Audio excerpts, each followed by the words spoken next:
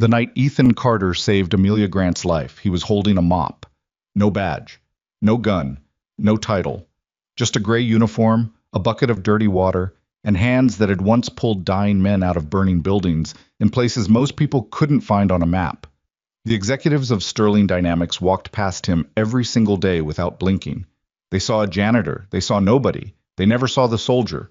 And when everything fell apart, when the woman running their company was ripped out of a parking garage by men who moved like ghosts, the only person who understood what had actually happened was the man emptying their trash cans. If this story already has you leaning forward, you're exactly where we want you. Subscribe to the channel right now and hit that notification bell, because we drop stories like this every week. And you do not want to miss what's coming. Smash that like button if you're staying until the end, and drop a comment below telling us your city and country. We want to see how far this story travels. Now, let's go back to the beginning. The alarm on Ethan Carter's phone went off at 5:47 every morning, 13 minutes before it was supposed to. He never figured out why he always woke up early. Old habit, maybe. Or maybe his body had just forgotten how to sleep past a certain point, had gotten so used to snapping awake in the dark, already calculating, already listening, that rest had become something that happened to other people. He lay there for a few seconds, staring at the ceiling of his apartment, a two-bedroom unit on the fourth floor of a building where the elevator broke down twice a month and the hallway always smelled faintly of someone else's cooking. Not a bad smell, just present, just a reminder that the walls here were thin and life was close. Then he heard it, the small sound that made all the other sounds irrelevant. A little girl singing to herself in the next room. Off-key, completely unself-conscious, something she'd invented herself, because Sophie Carter did not sing other people's songs when she could make up her own. Ethan got up. He moved through the apartment quietly, muscle memory doing most of the work. Bathroom, then kitchen, hands already reaching for the pan before he'd fully decided what to make. Eggs. She liked scrambled, not runny, with a little too much cheese the way her mother used to make them. He'd figured that out by accident 8 months after Rachel died, when he'd overcooked a batch and Sophie had looked up at him and said, "These are better, Daddy." He hadn't cried. He just stood at the stove and breathed very carefully for a moment. That was 3 years ago. Sophie was 7 now.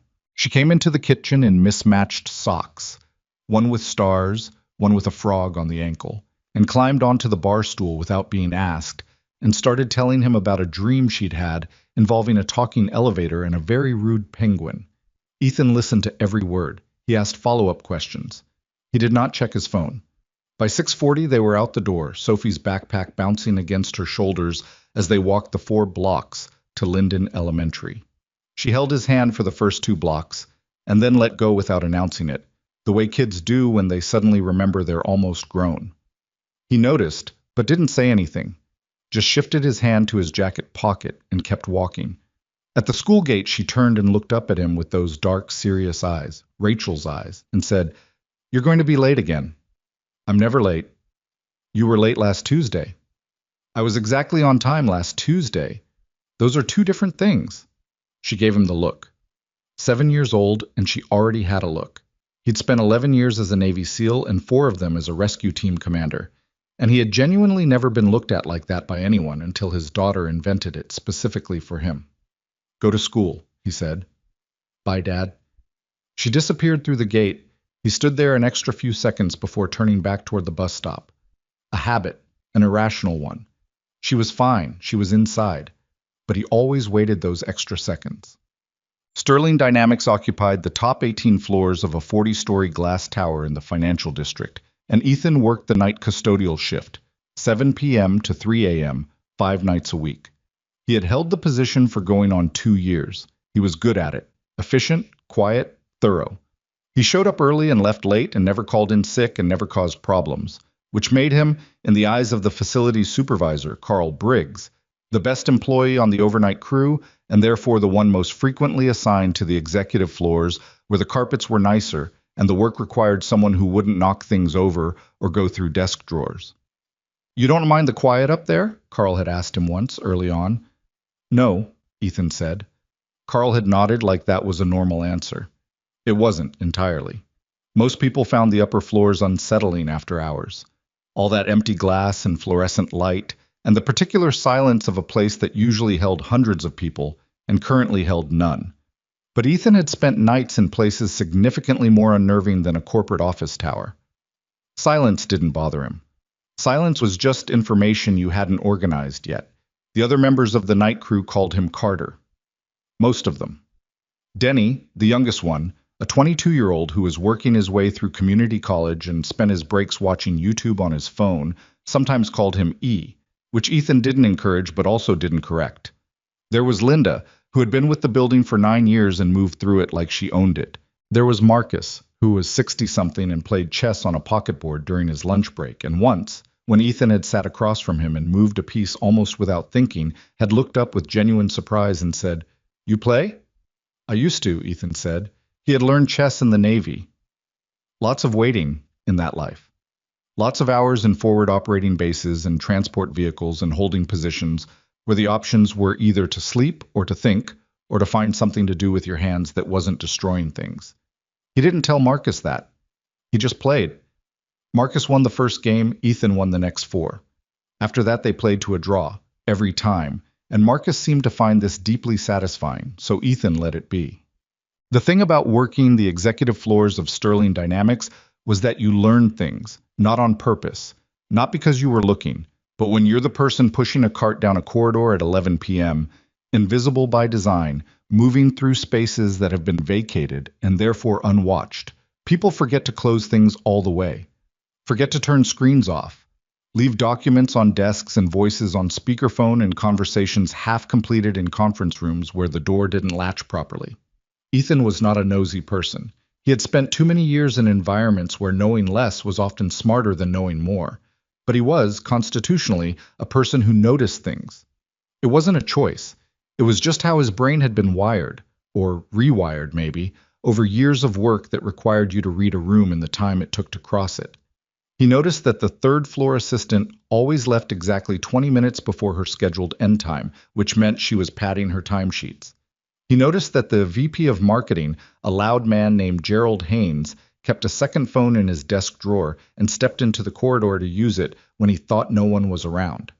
He noticed that the recycling in the COO's office was consistently emptied before the other executive offices, which meant someone on the cleaning crew was making a special trip. And it wasn't him, and it wasn't Linda, so it was either Denny or it was someone he hadn't accounted for. These were not conclusions. They were just data points. Ethan filed them the way he filed everything, without deciding what they meant yet, without attaching more weight to them than they'd earned. He also noticed Amelia Grant. He'd seen her in person exactly 4 times before the night things changed. The first time was her first week in the building, when she'd apparently stayed past midnight reviewing financials, and had walked out of her office to find Ethan vacuuming the executive suite hallway. She'd startled slightly, people always startled when they forgot there was a night crew, and then recovered and said crisply, "Sorry, didn't see you there." "It's fine," Ethan said. She'd nodded once, gone back inside, closed the door. The second and third times were similar. Brief, incidental. She worked late often, which the day crew gossiped about. Apparently she'd only been CEO for 8 months, appointed after the previous executive had a health crisis, and she was running hard to prove something to someone, though nobody seemed to agree on who that someone was.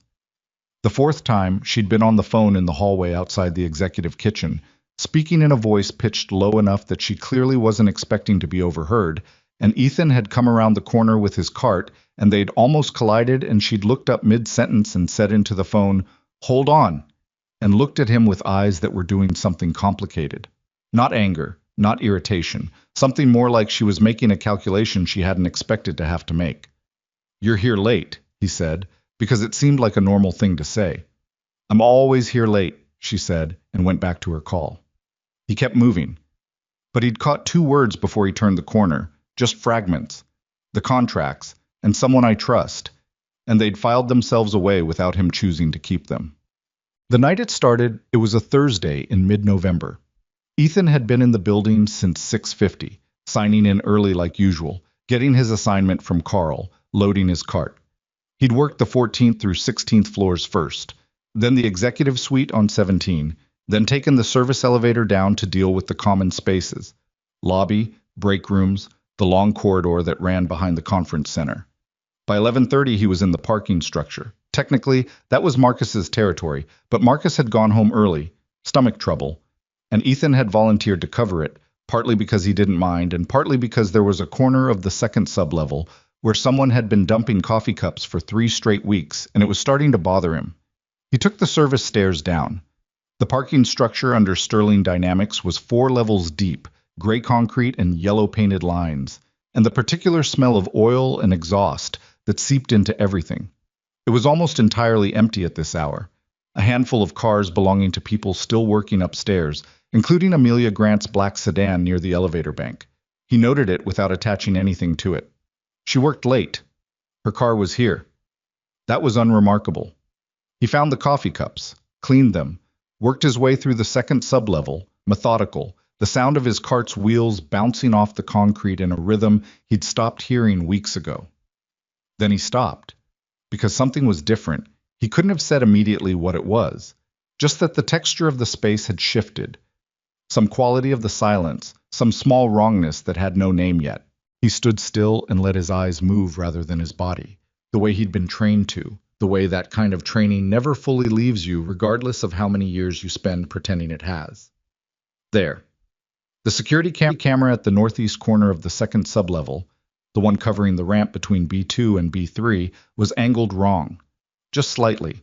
Maybe 3 degrees off its usual position, which wouldn't register unless you'd been looking at it for 2 years and had, without intending to, memorized its angle the way you memorize where a picture hangs on your wall. He moved toward it slowly, keeping the cart between himself and the direction the camera should have been pointing. Up close, he saw what someone in a hurry might have missed. A small smear of something dark on the mounting bracket. Not grease. The color was wrong, and the housing had a hairline crack along one edge, the kind you'd get if someone had physically adjusted it, quickly, with more force than care. Someone had moved the camera, on purpose, recently. He crouched down next to the base of a concrete pillar and looked at the floor. He wasn't sure what he was expecting to find, but what he found was a set of tire marks, the faint impression of tread against a patch of dust near the ramp entrance. And the marks weren't from any of the cars parked on this level. The turning radius was wrong. Whatever had made these marks had come down the ramp, turned hard, and gone back up, and it had done it without lights, because he would have seen the reflection. He stood up. His heart rate was steady. That was something he noticed about himself sometimes. When things were genuinely wrong, the noise in his head got quieter rather than louder. Some backward switch that had been installed in him during years of bad situations. He pulled out his phone and called the building's security desk. A man named Gary answered on the 3rd ring, which was already a problem. Security. This is Carter, night custodial. I'm on B2. I need someone down here to look at something. What kind of something? Camera's been repositioned. There are tire marks from an unregistered vehicle. I think someone's been down here tonight. A pause. Carter, the parking structure doesn't log activity after. I know what it logs. I'm looking at physical evidence. Someone was here. Another pause. Longer. Ethan heard Gary shift in his chair. I'll send a note to the morning team. I'm not asking you to send a note to the morning team. I'm asking you to come look at this right now. Look, man, I've got the whole building to watch. If you want to write an incident report. Ethan ended the call. He stood in the gray light of the parking structure and looked at the tire marks and the moved camera and the smear on the bracket, and something cold moved through his chest. Not fear. Not exactly. More like recognition. He pulled the cart to the side, took out his personal flashlight. He carried one because the building's work lights were inconsistent, and he'd learned not to rely on infrastructure, and crouched next to the marks again. There. At the base of the ramp, almost invisible against the concrete, a small piece of black nylon webbing, maybe 3 inches long, the kind used in tactical gear, in load-bearing vests, in the sort of equipment that did not belong in a corporate parking structure. He picked it up and held it in the light. The cold thing in his chest got colder. He thought about Amelia Grant's car by the elevator bank. He thought about the 2 words he'd caught from her phone call, the contracts and someone I trust. He thought about the tire marks and the disabled camera and the piece of webbing in his hand and the 3 or 4 different ways these things could connect. And only one of those ways led anywhere good.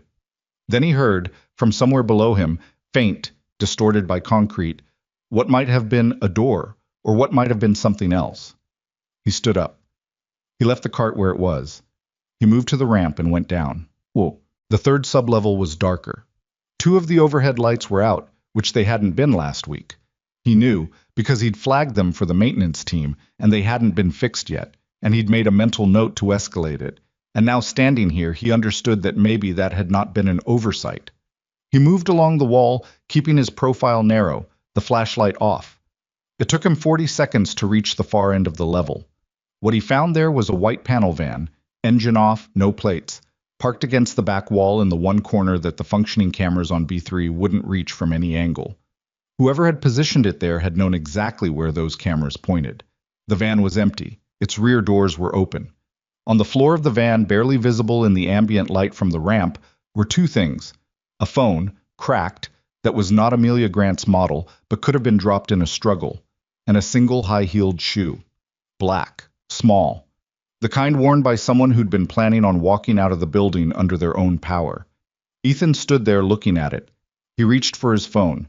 This time, he didn't call building security. He called 911, and when the dispatcher answered, he spoke clearly and without decoration. A woman appeared to have been taken from the parking structure of Sterling Dynamics. There was a vehicle used in the extraction. He had evidence of camera tampering, and he needed police here within the next 10 minutes because whoever had done this had moved efficiently and had a head start, and every minute they waited made a difference. The dispatcher asked him to stay on the line. He did, but while he stayed on the line, he walked slowly back to where the tire marks were and crouched down and studied them again in the flashlight beam.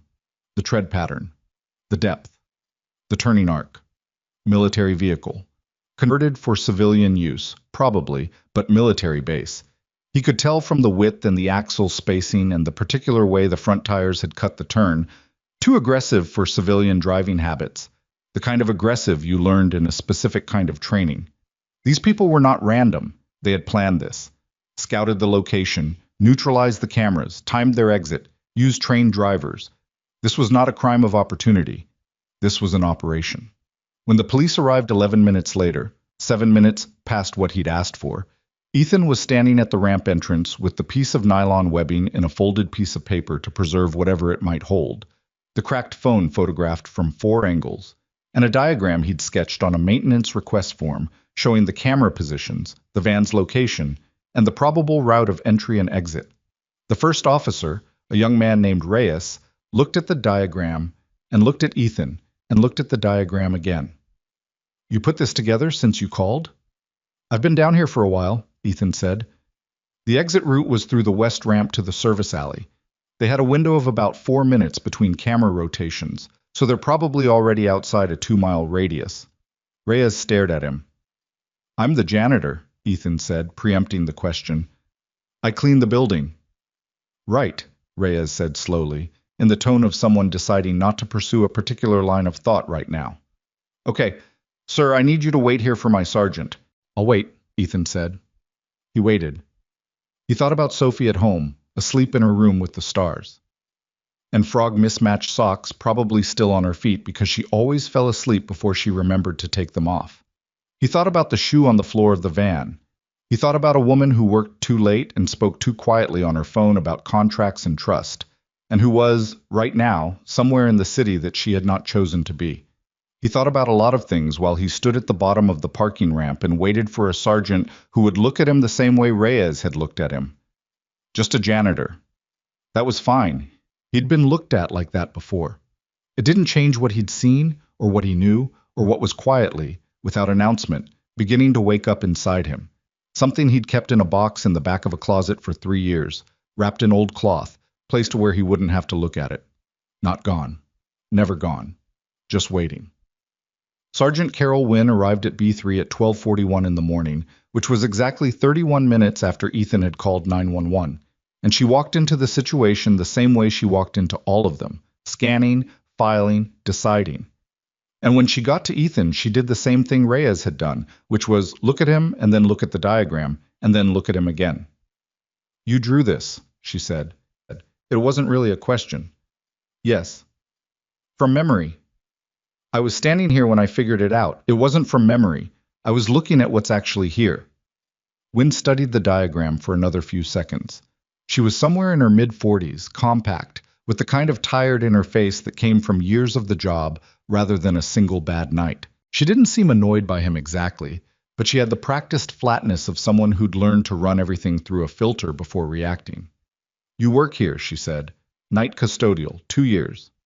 And you know enough about camera rotation schedules to figure out a 4-minute window." "I know the building," Ethan said. "I've been cleaning it for 2 years. You pay attention long enough, you learn the systems." She looked at him a moment longer than felt comfortable. Then she turned to Reyes and said, "Get the van photographed and bagged before anyone else touches it. I want the shoe in evidence." Back to Ethan. "You stay available. I'm going to have more questions." "I know," he said. He spent the next 40 minutes sitting on a concrete barrier near the ramp entrance while the crime scene team worked around him. He answered the questions they asked him and didn't volunteer more than they asked for, which was its own kind of discipline. There were things he'd noticed that he wasn't ready to share until he understood better who he was sharing them with and what they'd do with it. The piece of nylon webbing he'd already turned over to Reyes. The photograph he'd taken of the tire marks he'd sent to his own email before handing over the phone to be logged as evidence. He told himself it was just being careful. He tried not to look too hard at what it actually was. The official position of the Sterling Dynamics security team, delivered to Sergeant Wynne just after 1 in the morning by a man named Patrick Holt, head of corporate security, suit and tie at 1 a.m., which was its own kind of statement, was that Amelia Grant had likely left the building voluntarily. "Her calendar shows a personal appointment this evening," Holt said, standing near the van with his arms crossed in a way that managed to be simultaneously defensive and authoritative. "We have no confirmed evidence of a struggle."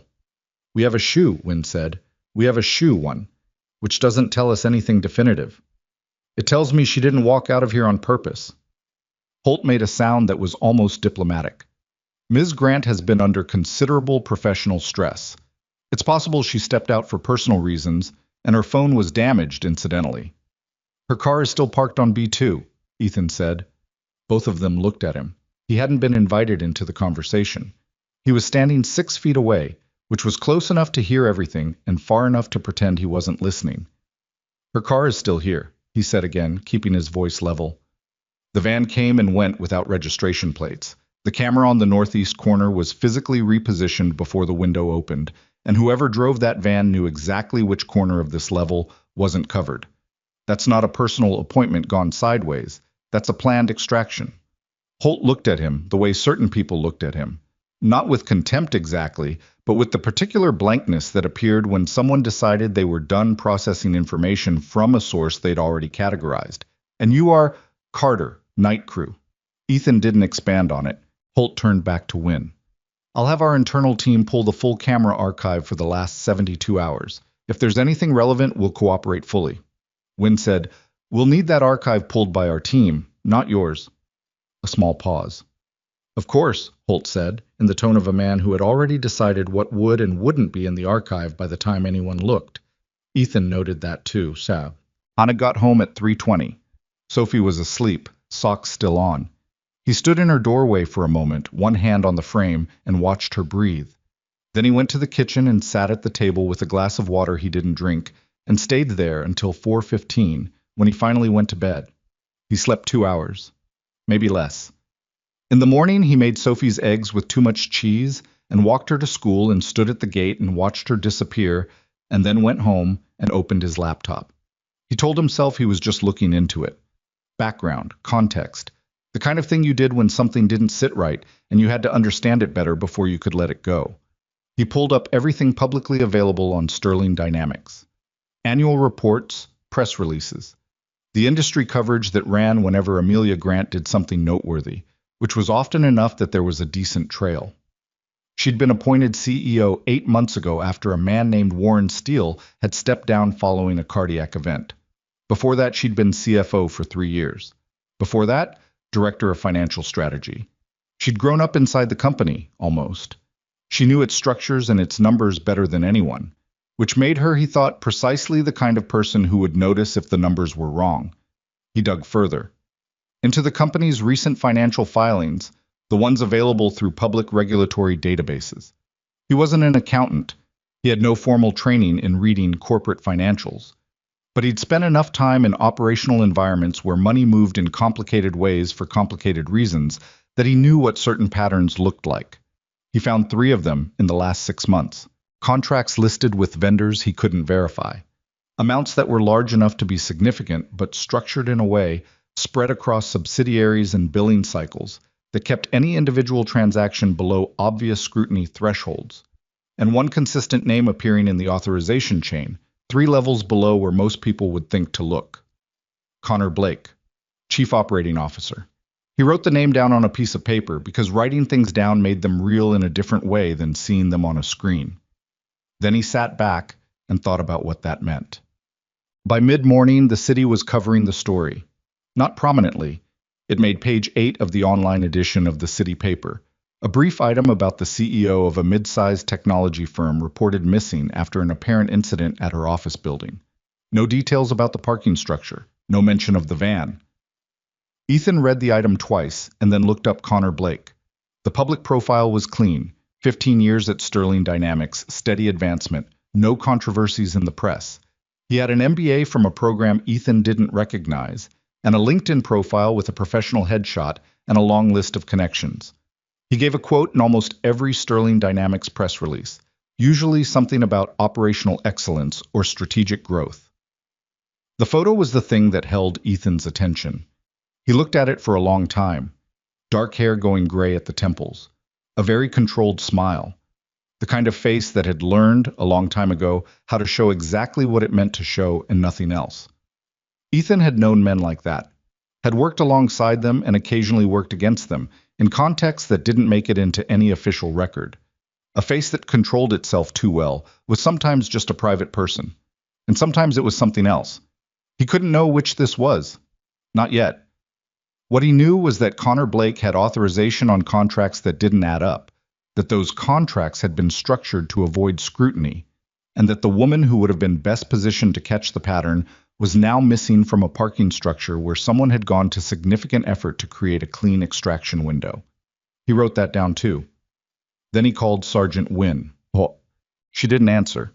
He left a message. He had some information about the company's recent financial structure that might be relevant, and he'd appreciate a callback.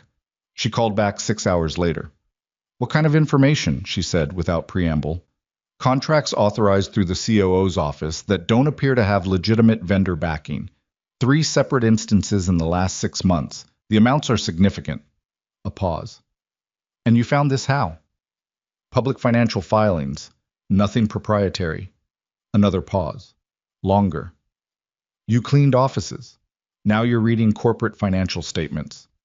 I read a lot of things, Ethan said. Do you want the information or not? She wanted it. He could tell by the quality of the silence. Come in tomorrow morning, she said. Ask for me at the front desk. He went in the next morning. He brought the paper he'd written on and a folder of printed pages he'd organized the night before after Sophie went to sleep. Wynne sat across from him in a small interview room that smelled like burnt coffee and looked at everything he'd put in front of her with careful, methodical attention. When she was done, she looked up. You said the van's tire pattern indicated military training, she said. I said it was consistent with that. The turning technique, the way the front wheels cut the angle on the ramp, that's not something most civilian drivers do. It's aggressive and it's precise. You learn it in a specific kind of training environment. What kind of training environment would that be? The kind where it matters that you don't lose time on a turn. She was quiet for a moment, looking at him differently than she had the night before. Not hostile, not open exactly. More like she'd upgraded the quality of her attention, which was its own thing. Where are you from, Carter? She said. Originally, Ohio. That's not what I'm asking. He looked at her steadily. I know what you're asking. She let it sit there. Outside the small room, the precinct moved around them. Phones, voices, the sound of a door swinging open somewhere down the hall. The COO, she said finally. You think he's involved? I think the pattern fits. And I think whoever planned the extraction from that parking structure had access to the building's security architecture, which is not information you get from outside. Somebody on the inside.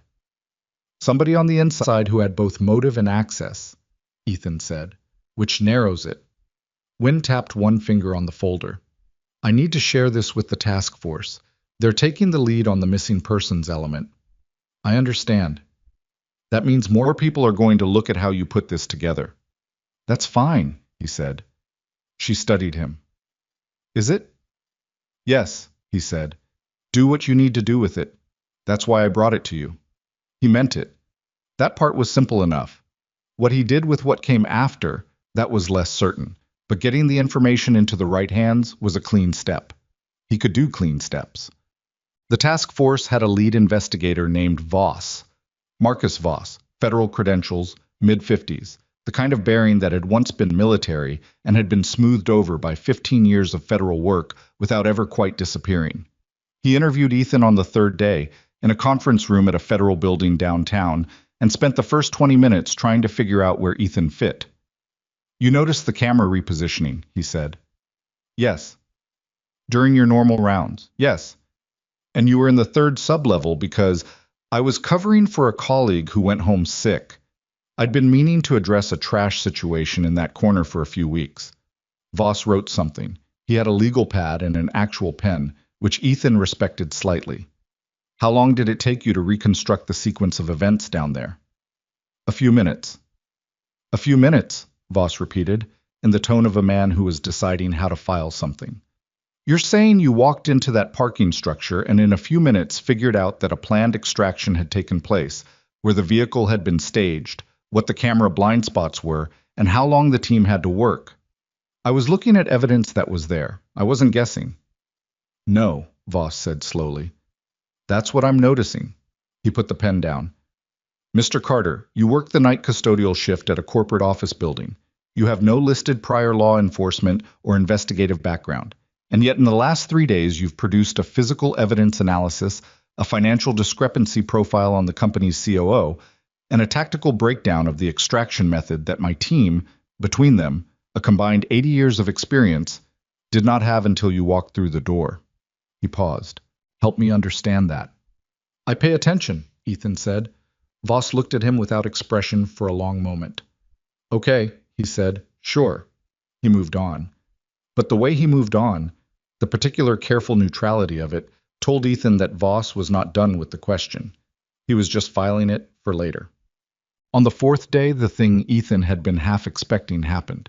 He was at home, eating cereal at the kitchen table at 7 in the morning while Sophie slept. She didn't have school on Fridays that week, some kind of teacher development day, when his phone rang with a number he didn't recognize. Mr. Carter, a woman's voice.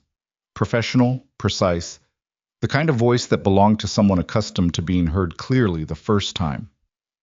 My name is Diana Foster. I'm with Federal Investigations, attached to the Sterling Dynamics Task Force. I'd like to meet with you today if you're available. What time? He said.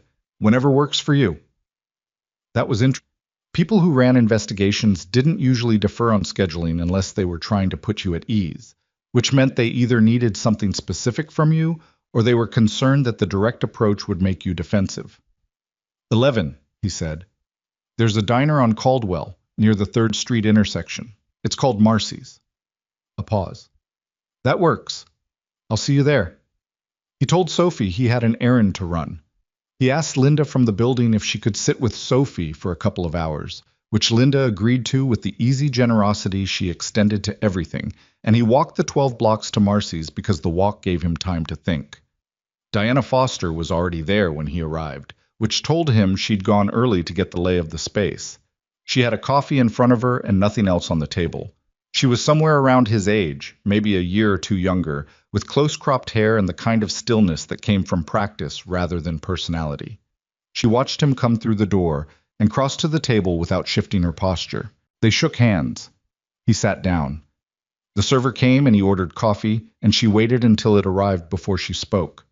I've been looking at your work, she said. The evidence analysis, the financial summary.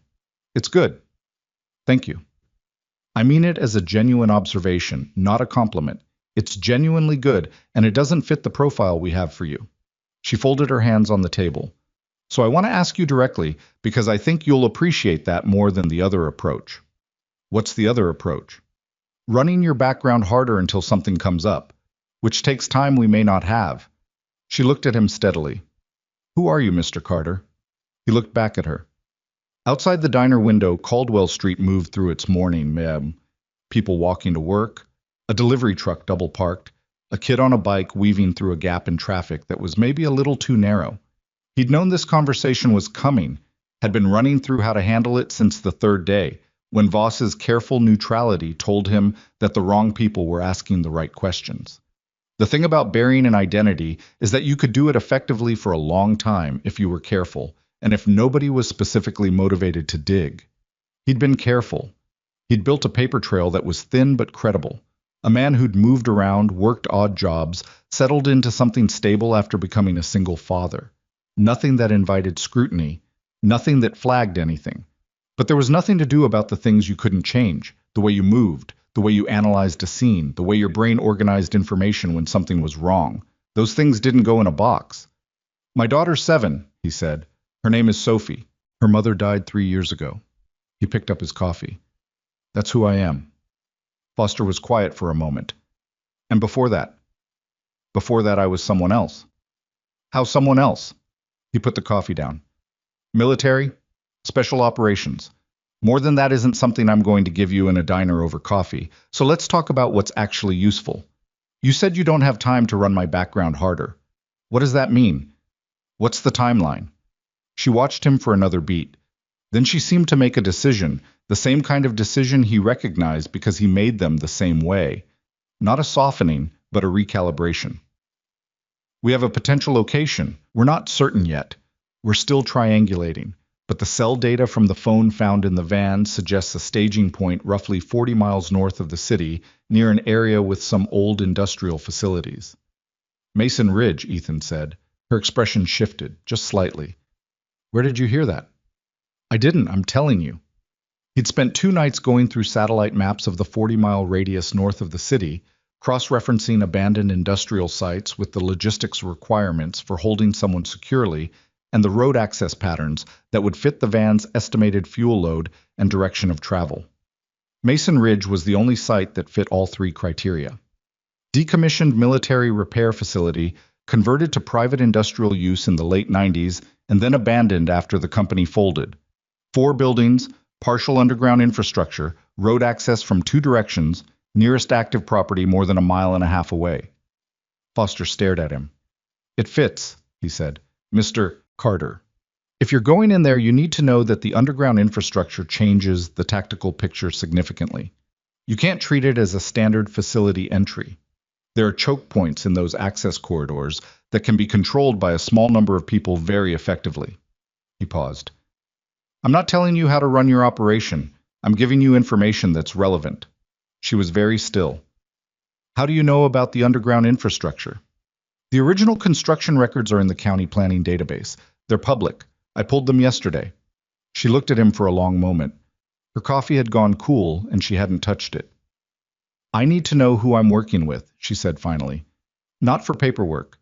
Because if this goes to Mason Ridge, I need to know whether the person I'm bringing information from is someone I can trust when it matters." It was a fair thing to say. It was the right thing to say, actually, and he gave her credit for saying it directly. "I need a couple of days," he said. "There are some things I have to handle first." She nodded slowly. "We may not have a couple of days." "I know." He stood up and left money on the table for the coffee. "I'll be in touch." He walked home faster than he'd walked to the diner. Sophie was in the living room with Linda, working on a drawing, some elaborate architectural thing involving towers and what appeared to be a waterfall system. And she looked up when he came in and said, "Linda taught me how to make a drawbridge, with the specific pride of someone who has just acquired a crucial piece of knowledge."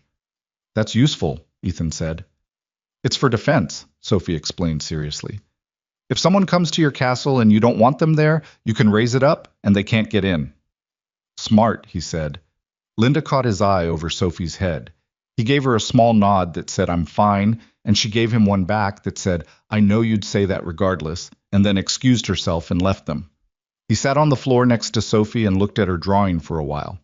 The towers were crooked and the drawbridge mechanism was physically implausible, and it was, without question, a very good drawing.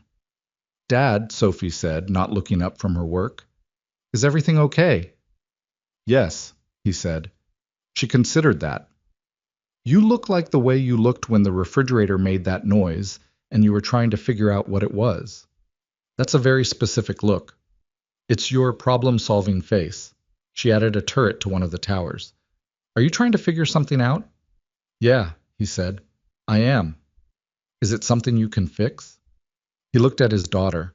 At the top of her head bent over her paper, the part in her hair slightly crooked, the faint smear of orange marker on her left wrist that she either hadn't noticed or had decided to keep as a design feature. He thought about Amelia Grant, somewhere inside an abandoned facility 40 miles north, and about a shoe on the floor of a van, and about a man named Connor Blake, who had very carefully learned how to show the world exactly the face he wanted it to see. He thought about a box in the back of his closet. Yeah, he said quietly. I think I can. Sophie nodded, satisfied, and went back to her drawbridge.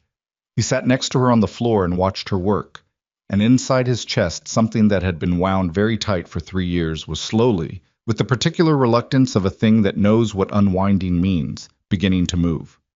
The box was on the top shelf of his bedroom closet, behind a winter jacket he hadn't worn in 2 years, and a shoebox full of Sophie's drawings from when she was 4, the ones with the enormous round heads and stick arms that she'd presented to him with the gravity of a serious artist presenting serious work. He'd put the box there deliberately. Not hidden, exactly. Just placed where the daily business of living wouldn't bring him into accidental contact with it. He had to reach for it, and reaching for it would always be a choice rather than an accident. He reached for it now. It was heavier than he remembered. Or maybe he remembered it exactly, and the weight was just different now that he was lifting it on purpose, which was its own kind of physics. He set it on the bed and stood looking at it for a moment. Gray, plastic, the latch slightly corroded from years in a storage unit before this closet. Not dramatic, just a box. He opened it. The metals were at the bottom, wrapped in cloth the way you'd wrap something fragile, which they weren't. They were metal, and they'd outlast everything. But he'd wrap them anyway, because wrapping them meant not having to look at them every time he opened the thing. On top of them was a folded document that he didn't unfold. A photograph he also didn't look at directly, just registered in his peripheral vision. 5 men in tactical gear in a location he could identify by the light quality and the vegetation even without looking closely, which meant he still knew it better than he wanted to. He moved those things aside. What he was looking for was underneath all of it, a slim folder, water-stained at one corner, containing the operational records he'd been allowed to keep, the declassified portions, which were thinner than the full record by about 90%, but still represented the shape of things. Names, dates, locations rendered in the bureaucratic shorthand of military documentation that managed to make catastrophe sound like a procedural discrepancy. He took the folder to the kitchen table, made coffee he didn't want, sat down. The operation had been called Cross Harbor. 8 years ago. A hostage recovery mission in a location he still wasn't going to name, even in his own head, because the habit of not naming it was the kind of habit that persisted. His team had been 6 operators plus him. They'd had good intelligence, or thought they had, about the target location, the number of guards, the access points, the timing. The intelligence had been wrong, not because the intelligence collectors had failed, because someone had fed them false information, and that false information had been seeded so carefully into the legitimate data stream that it had passed every verification check his team ran before going in. They'd walked into a prepared position. 2 of his men had not walked out. The investigation afterward had identified a leak in the operational chain, someone who'd had access to the mission profile and had passed it to the opposing party. The investigation had not officially identified who that person was. The file had been closed with a finding of probable but unconfirmed external compromise. Ethan had spent 3 years after Cross Harbor trying to find the answer the official investigation hadn't provided. He'd done it quietly, on his own time, through channels that were adjacent to official ones without quite being inside them. And he'd gotten close enough to identify a shape, not a name exactly, but a direction. A contractor who'd had access. A payment trail that had been designed to be invisible but wasn't, quite, if you knew what invisible payment trails looked like in that context. The contractor's name was Hunter Davis. He sat with that name for a moment. He'd had it for 2 years before he left the service. Had passed it to 2 people he trusted, both of whom had told him the evidence wasn't solid enough to pursue officially and that he should let it go before he made enemies he didn't need. He'd let it go. Or he'd tried to. He'd gotten out, and then Rachel had gotten sick, and then Rachel had died. And by the time he'd resurfaced from that particular devastation, he'd been in a different life entirely. An apartment with thin walls and a daughter with mismatched socks and a night janitor job in a glass tower downtown. Hunter Davis had become a thing he'd filed under unresolved and tried to leave there. Now he sat at his kitchen table at 9 in the morning, looking at a water-stained folder and thinking about the nylon webbing he'd picked up off the floor of a parking structure, and about what Diana Foster had said about the tactical execution of Amelia Grant's kidnapping, and about the particular way the van driver had cut that ramp turn. He thought, it can't be. Then he thought, but if it is?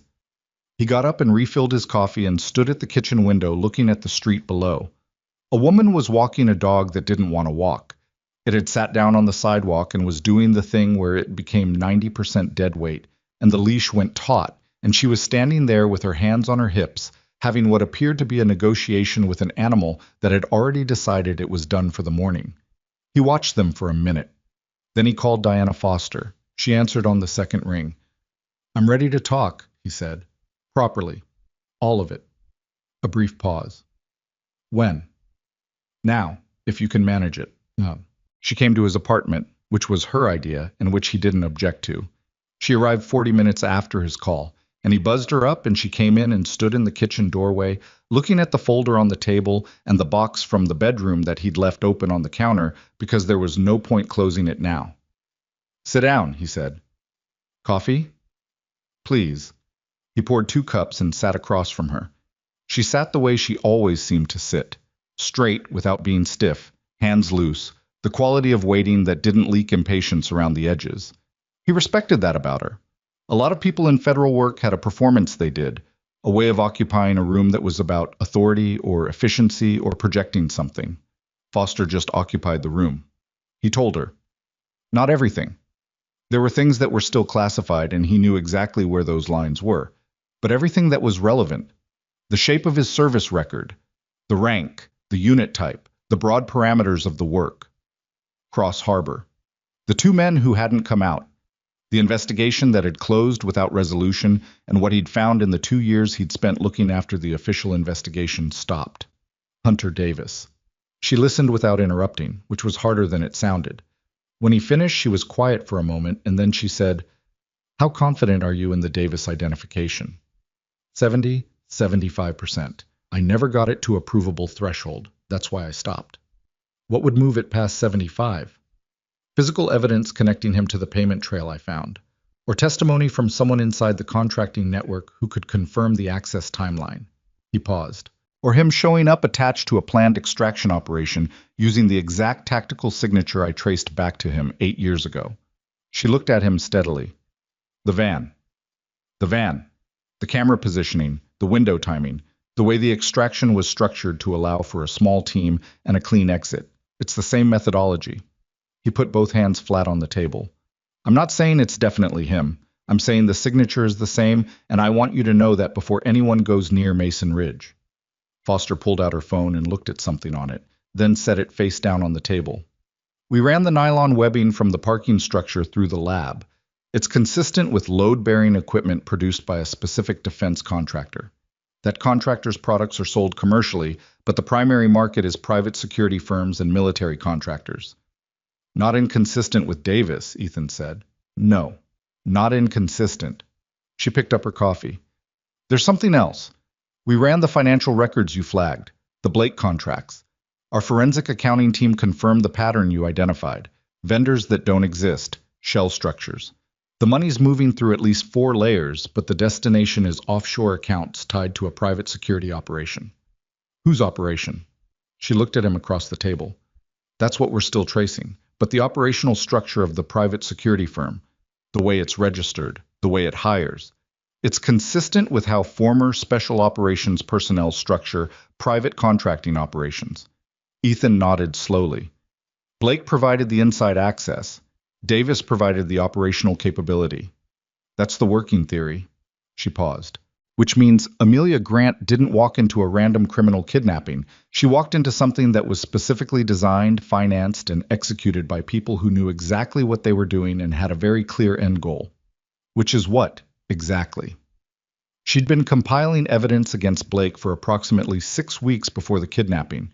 Our investigators found an encrypted drive in her office. She'd been building a case. Contracts, communications, financial records she'd pulled quietly. She was 3 days from taking it to the board. Foster set her coffee cup down. Blake needed to stop that, and he needed system access that only she could provide.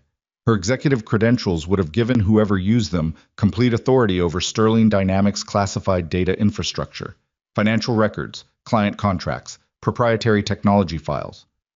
So the plan was never just to remove her, Ethan said. It was to extract the credentials first, and then remove her, Foster confirmed.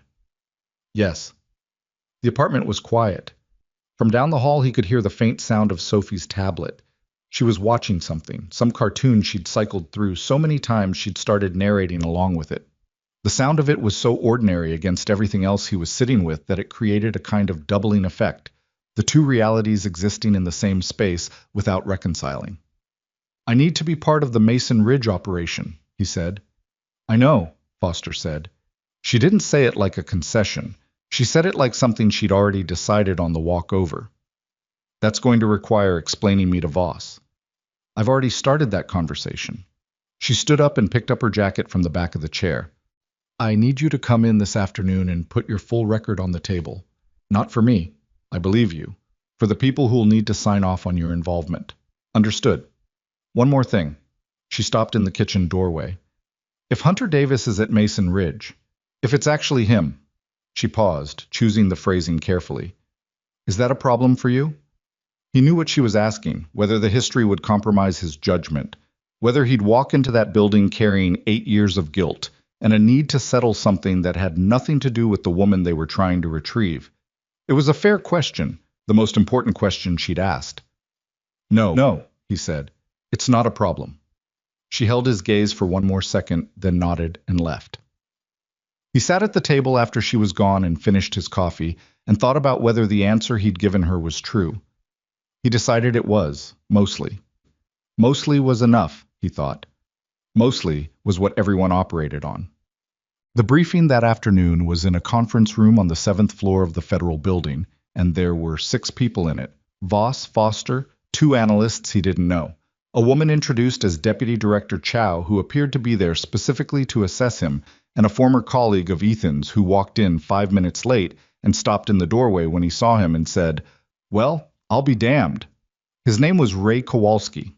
He'd been a SEAL long enough to have worked alongside Ethan's unit on 2 separate occasions, and he'd moved into federal tactical consulting years ago.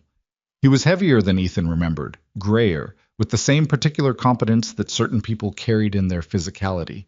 You could tell by how they stood and moved that they had extensive experience with situations where standing and moving incorrectly ended things badly. "You've been cleaning offices," Kowalski said, sitting down across from him. "Yes." "For 2 years." "Yes."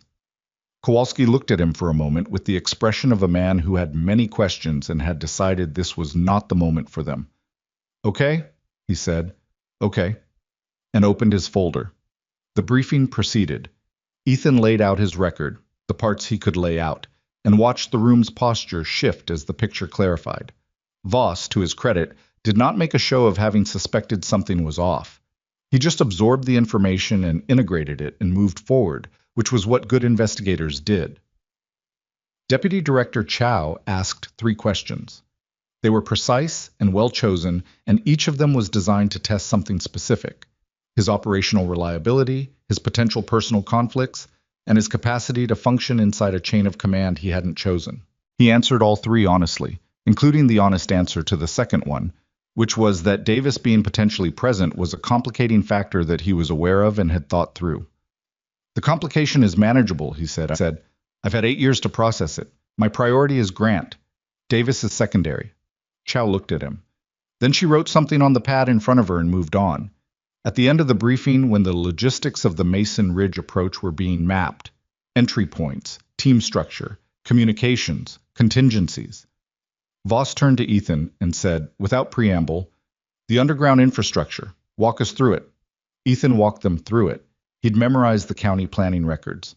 He put it on the whiteboard in sections, the layout of the access corridors, the choke points, the probable locations for holding someone if you were trying to maintain control and limit your own exposure. He marked 3 spots where a small defensive team could control the corridor access almost indefinitely with the right positioning. If Davis planned the facility use, he said, he knows all of this. He's going to have those positions covered. "So we don't go through the corridors," one of the analysts said. "Not the obvious ones. There's a secondary access point here." He marked the board that the original construction records show as a utility corridor. It doesn't appear in the simplified facility maps that would have been available to anyone doing a quick site assessment. If Davis did his homework from public sources rather than the original engineering records, he may not know it exists. Kowalski leaned forward. May not, Ethan confirmed. "I'm not going to tell you it's certain. It's an advantage that might be there. We plan for the possibility that it isn't." Voss nodded slowly. "We'll structure around both scenarios." I was home by 7. He made dinner. Pasta. Nothing complicated. The kind of meal that required enough attention to keep his hands busy without requiring enough attention to crowd out everything else. Sophie sat at the counter and told him about the drawbridge improvement she'd made to her drawing, which now apparently included a moat, and he listened and stirred and thought about a facility 40 miles north. "Dad," Sophie said. "Yeah." "Are you going somewhere?" He looked up from the pot. She was watching him with that direct, undeflected gaze that she'd had since she was an infant. Rachel used to say Sophie came out of the womb already suspicious of anything she hadn't personally verified. "Maybe," he said, "for a short time, a day or 2. "For work?" He thought about the right answer. Not about what to conceal. He was generally a straight talker with her, adjusted for age, but about how to frame something that was true. "There's a person who needs help," he said, "and I'm one of the people who might be able to help her." Sophie considered this. "A her?" "Yes." "Is she nice?" "I don't know her very well, but she's in trouble, and it's not her fault, and she deserves to have someone try." His daughter was quiet for a moment. Her feet were swinging from the bar stool in the irregular rhythm they always swung in. Not a beat, just movement, the physical overflow of a brain that ran fast. "Is it dangerous?" she asked. He looked at her. "It might be." "Will you be careful?" "Yes." "Promise?" He held her gaze. "I promise I will do everything I can to come home to you. That's the most honest answer I can give you." Sophie chewed on that. Then she said, "Okay," in the tone she used when she'd accepted something she didn't entirely like, which was honest of her, and he appreciated it. She picked up her fork. "The pasta smells done." It was. He drained it, and they ate, and she made him watch 15 minutes of her cartoon afterward, which he did, and when he put her to bed at 9 o'clock, she grabbed his hand and held it for a moment before letting go. He went back to the kitchen after she fell asleep. On the table was a piece of paper he'd been avoiding since getting home. Voss had given it to him at the end of the briefing, a summary of what the forensic team had recovered from the Sterling Dynamics Security Archive, specifically the archived footage from the executive floors in the weeks before the kidnapping. The footage itself was being analyzed, but the metadata had yielded something. The camera system had been accessed remotely 17 times over the past month. Each access had lasted between 4 and 9 minutes. Each access had occurred during off-peak hours when building security wasn't actively monitoring. And each access had originated from an IP address that traced back to a device registered to Sterling Dynamics' internal network. The device was assigned to Connor Blake. He'd been walking the building's security architecture from his own desk, learning it, identifying the weak points, passing that information to someone outside. And he'd done it while coming to work every day in a pressed suit, reviewing operational reports, shaking hands in board meetings, being the person everyone assumed was doing the right things for the right reasons. Ethan had spent enough time in environments where people maintained covers to understand that it required a specific kind of commitment, a willingness to sustain a performance across every interaction, every casual conversation, every moment when the gap between who you actually were and who you were pretending to be had the potential to show. It was exhausting work. The people who were best at it were often the ones who'd started so long ago they'd half convinced themselves the performance was real. He wondered if Blake had done that. If he'd stood in that executive suite and looked out at the city and felt something like legitimacy, some part of him that had decided the version of himself in the suit was the real one, and the version siphoning company funds through shell companies was the aberration. Probably not. That was a comfortable thing to believe about people who did this kind of thing, but in his experience it was usually wrong. Usually they just didn't care very much about the people on the other side of the damage. That was the simpler answer and the more accurate one. He folded the paper and put it in the folder. Then he went to the closet and pulled out a bag he kept packed with basics. It was an old habit from his service years, the kind that felt ridiculous in a civilian apartment, and yet he'd never fully stopped maintaining it. He added a few things, set the bag by the door. He went back to the bedroom and stood at the closet and looked at the box still sitting open on the counter where he'd left it. The photograph was the thing he'd been not looking at all day. He picked it up now. 5 men in tactical gear.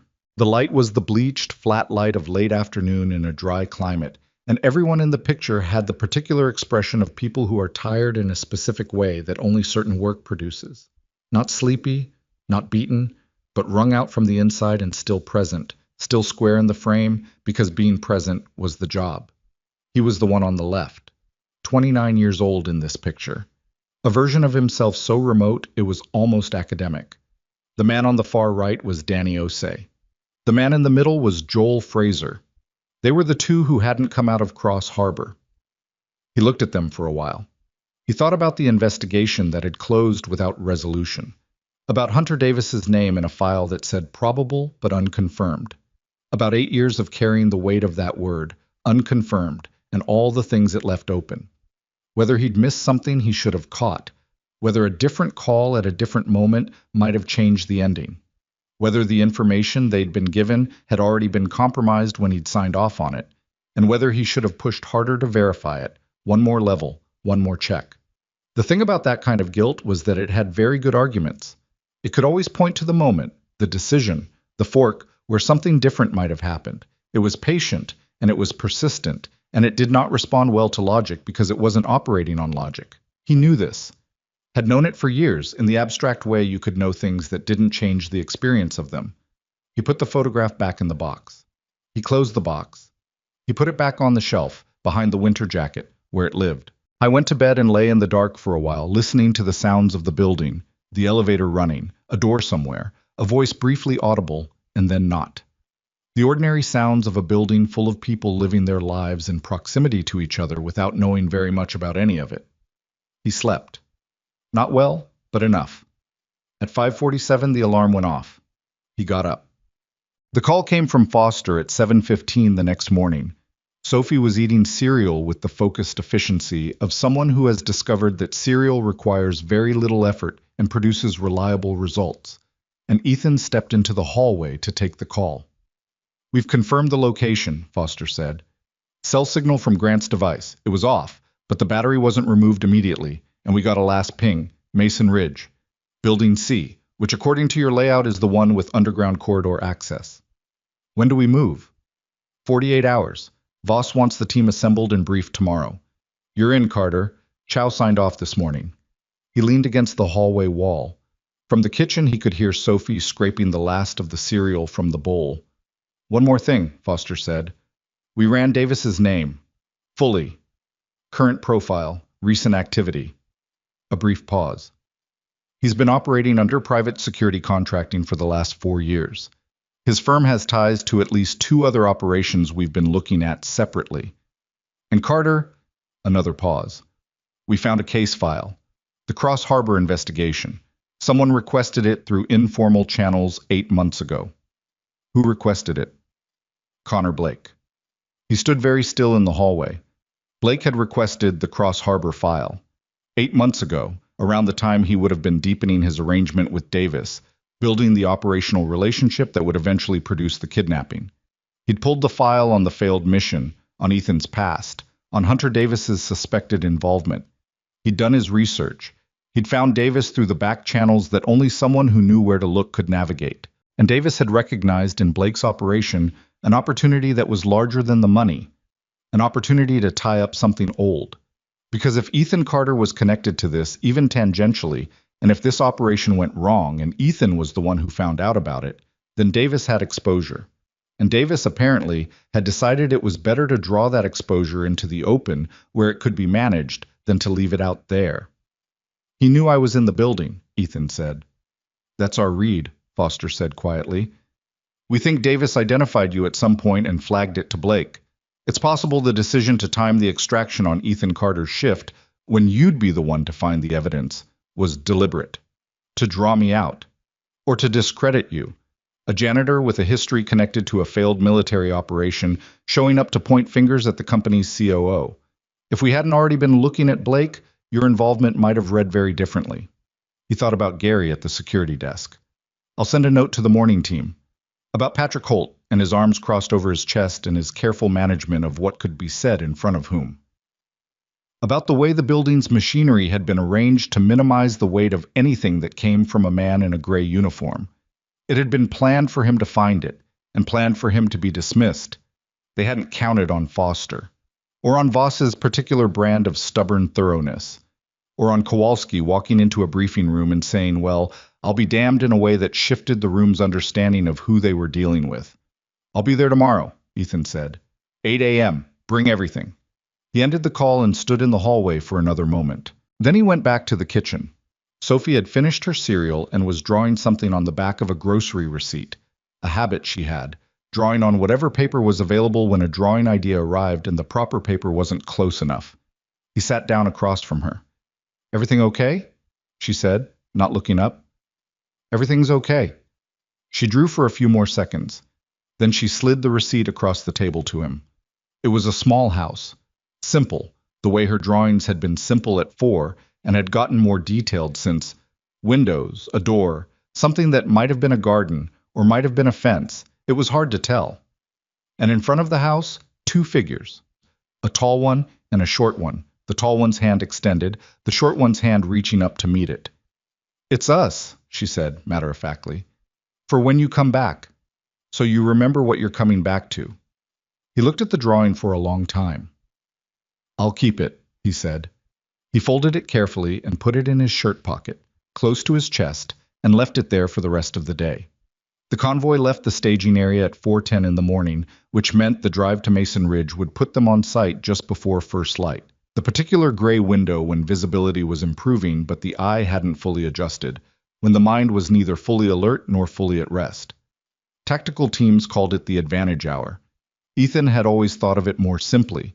It was the time when the world hadn't decided yet what kind of day it was going to be. He rode in the second vehicle, a black SUV with federal plates, between Kowalski and an operator named Thresh, who said almost nothing and communicated primarily through a series of economical nods that apparently served him well enough across most situations.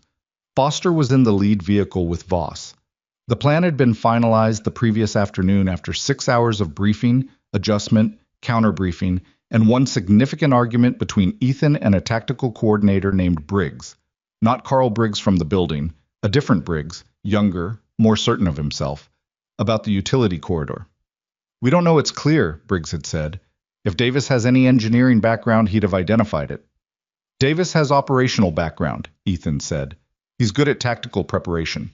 He's not an engineer, and he wouldn't have had time to pull original construction records from a county database when he was simultaneously managing an active kidnapping operation. He'd have used whatever site assessment he could pull quickly. That's a significant assumption to build an entry route on. Every entry road in that building is an assumption. I'm giving you the one with the best probability of not being covered. Briggs had looked at him with the expression of a man who was technically accepting an argument he personally disagreed with. Voss had ended the discussion by putting the utility corridor on the plan as secondary entry and leaving Ethan assigned to it, with Kowalski and Thresh, which was what Ethan had wanted. Now the city fell away behind them, and the highway opened up into the pre-dawn emptiness of the route north. And Ethan sat with his eyes forward and thought about Mason Ridge's underground layout with the focused, narrow attention that had once been the most natural thing in the world to him and now felt like putting on a coat he'd stored for too long. Familiar in the shape, slightly wrong in the fit. You good? Kowalski said, not looking at him. Yes. You look like you're doing math. I am doing math. Kowalski nodded. That was apparently sufficient. He was quiet for another few miles and then said, without particular emphasis, Danny Osei's kid is in high school now, playing soccer.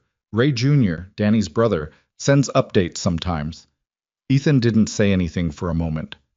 I know. I get them too. Yeah? Ray Jr.'s got my number. Has had it for years. Kowalski absorbed this. You never said. No. Another silence. The highway signs counted down the miles. Thresh, to Ethan's right, appeared to be asleep, or doing a convincing impression of it. Cross Harbor wasn't your fault, Kowalski said. He said it the way you said things you'd been holding for a long time and had finally found the right moment to release. Not gently exactly, but cleanly, like setting something down rather than throwing it. I know that, Ethan said. Do you? I'm working on it, Ethan said, which was more honest than the first answer, and Kowalski seemed to understand the distinction because he nodded once and didn't push it further. The convoy turned off the main highway at exit 44 and followed two-lane roads through the kind of landscape that existed between things. Not farmland exactly, not wilderness, just the broad, indeterminate space of a region that had once been more industrially active and hadn't fully figured out what it was becoming. Mason Ridge appeared on the horizon as a cluster of dark shapes against the lightening sky, low buildings with flat roof lines and the particular silhouette of structures that had been built for function and maintained for nothing. Voss's voice came through the earpiece. Staging position, 2 minutes. They came off the vehicles at a tree line 500 meters from the facility's eastern perimeter. The lead team, 8 operators plus 2 federal agents, split according to the plan. The primary entry teams went left and right toward the main access points. Ethan, Kowalski, and Thresh moved straight toward the fence line and the utility corridor entrance that appeared on the original schematics as a ventilation and maintenance access point, marked with a small rectangle on a diagram page that most people would skip. The fence was chain link, rusted, with one section that had been repaired recently. New wire, different gauge, visible even in low light because the color hadn't had time to match the old metal. Someone had patched a gap. Ethan noted it and moved past it. Whoever had patched it had been keeping people out, or keeping track of which entrance was clean. The utility corridor entrance was a steel door set into a concrete block structure that looked like a transformer housing from any angle except the one where you knew to look for the door. It was padlocked. The padlock was not the original hardware. It was newer, heavier, the kind you used when you actually cared what was behind the door, which told him the corridor was likely clear. If Davis's team had been using it, they wouldn't have locked it from the outside. Kowalski had the bolt cutters. 30 seconds and the padlock was gone. The door opened inward, into darkness, and the smell of concrete and old electrical equipment and the faint metallic overlay of a space that had been sealed for a long time. They went in single file. Ethan first, Kowalski behind, Thresh at the rear pulling the door closed behind them. The flashlights they were using were narrow beam, minimal footprint. Ethan moved them through the dark by the map he'd built in his head from the schematics. Left at the first junction, straight for 40 meters, right at the equipment alcove.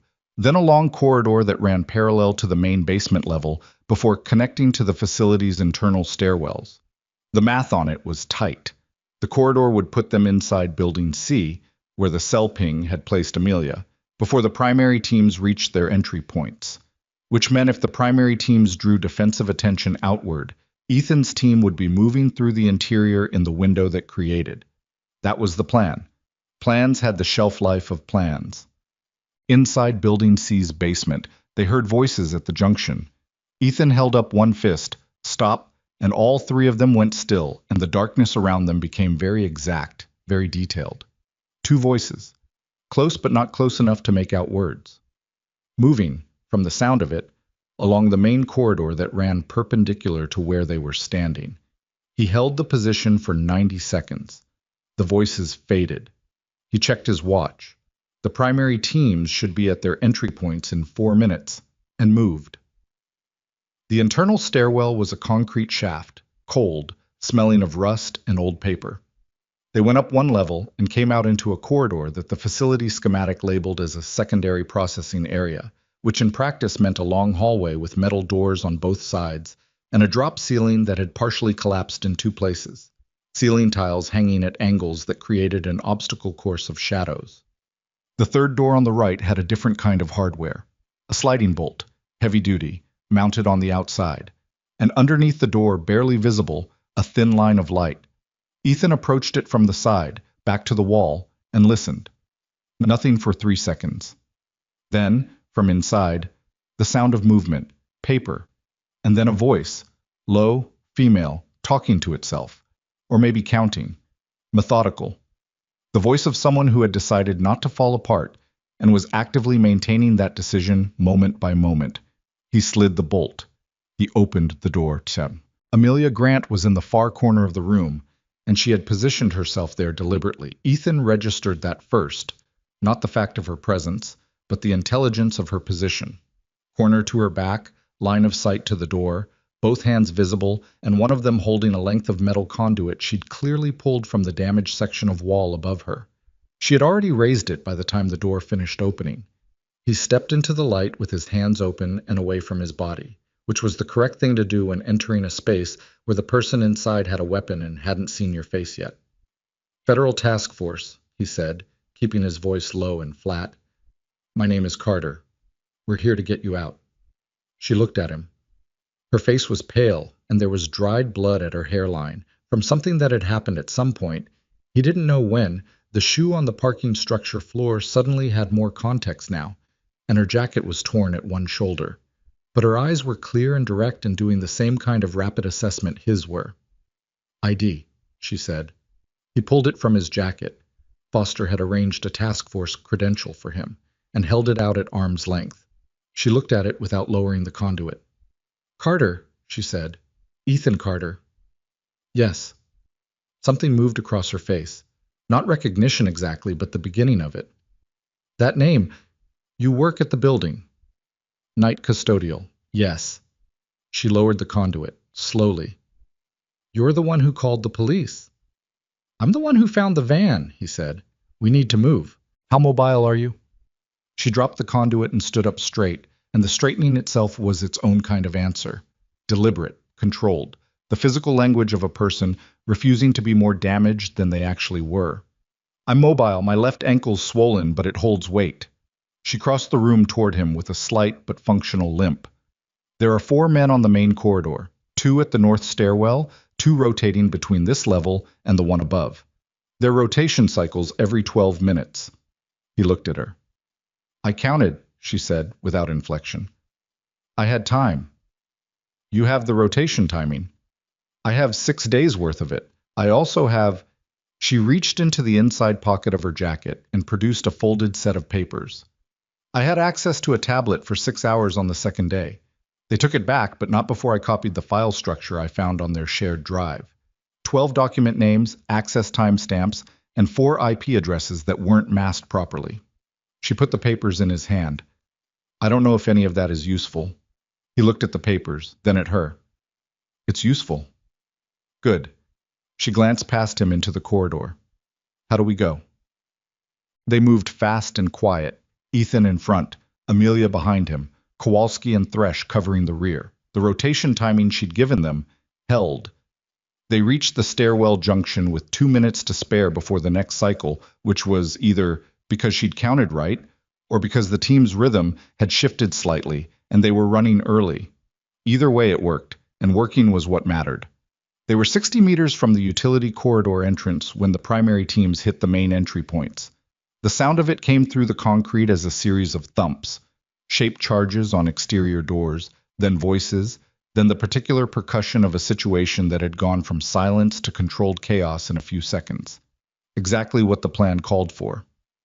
What the plan had also anticipated was that Davis's team would redirect toward the primary entry points. What it hadn't fully accounted for was how fast Davis himself would move. He came out of a side corridor 30 meters ahead of them, and he came out running, and he stopped when he saw them with the specific economy of a man who had spent a career making rapid assessments of situations he had not expected.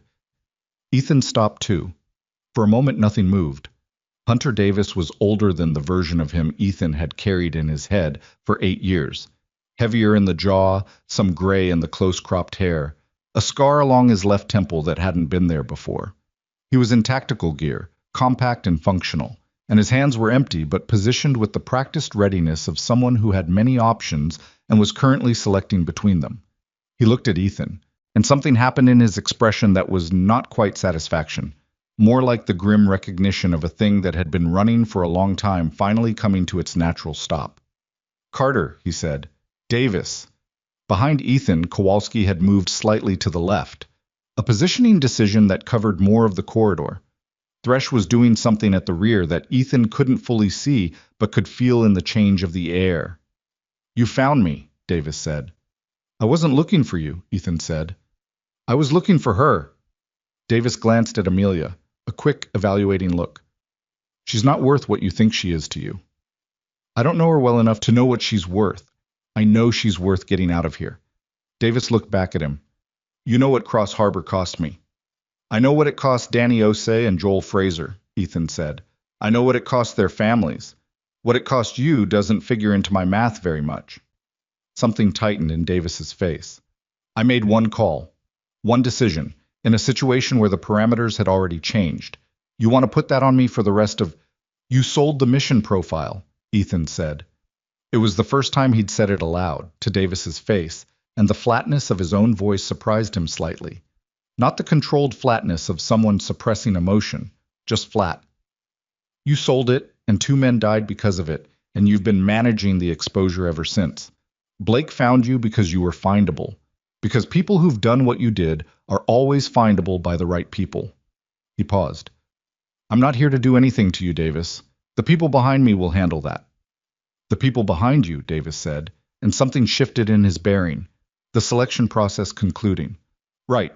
He moved, not toward Ethan, sideways toward the corridor wall, and his hand went to a panel that Ethan hadn't clocked in the schematic.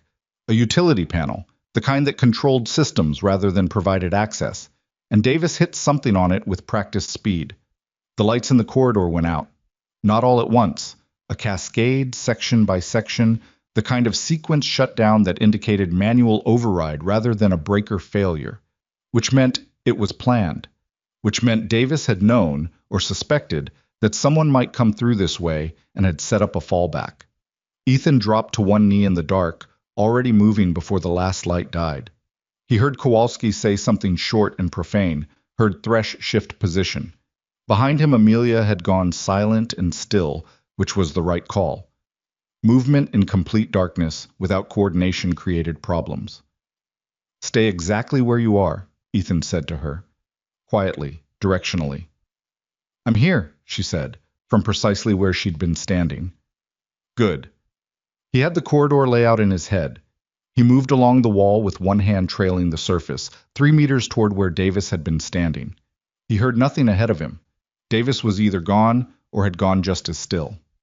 Then, the sound of a door distant somewhere above them. A stairwell door from the resonance of it. Davis had gone up. Ethan straightened. "Kowalski, north stairwell. Moving. Thresh, stay with her. Copy." He went after Davis.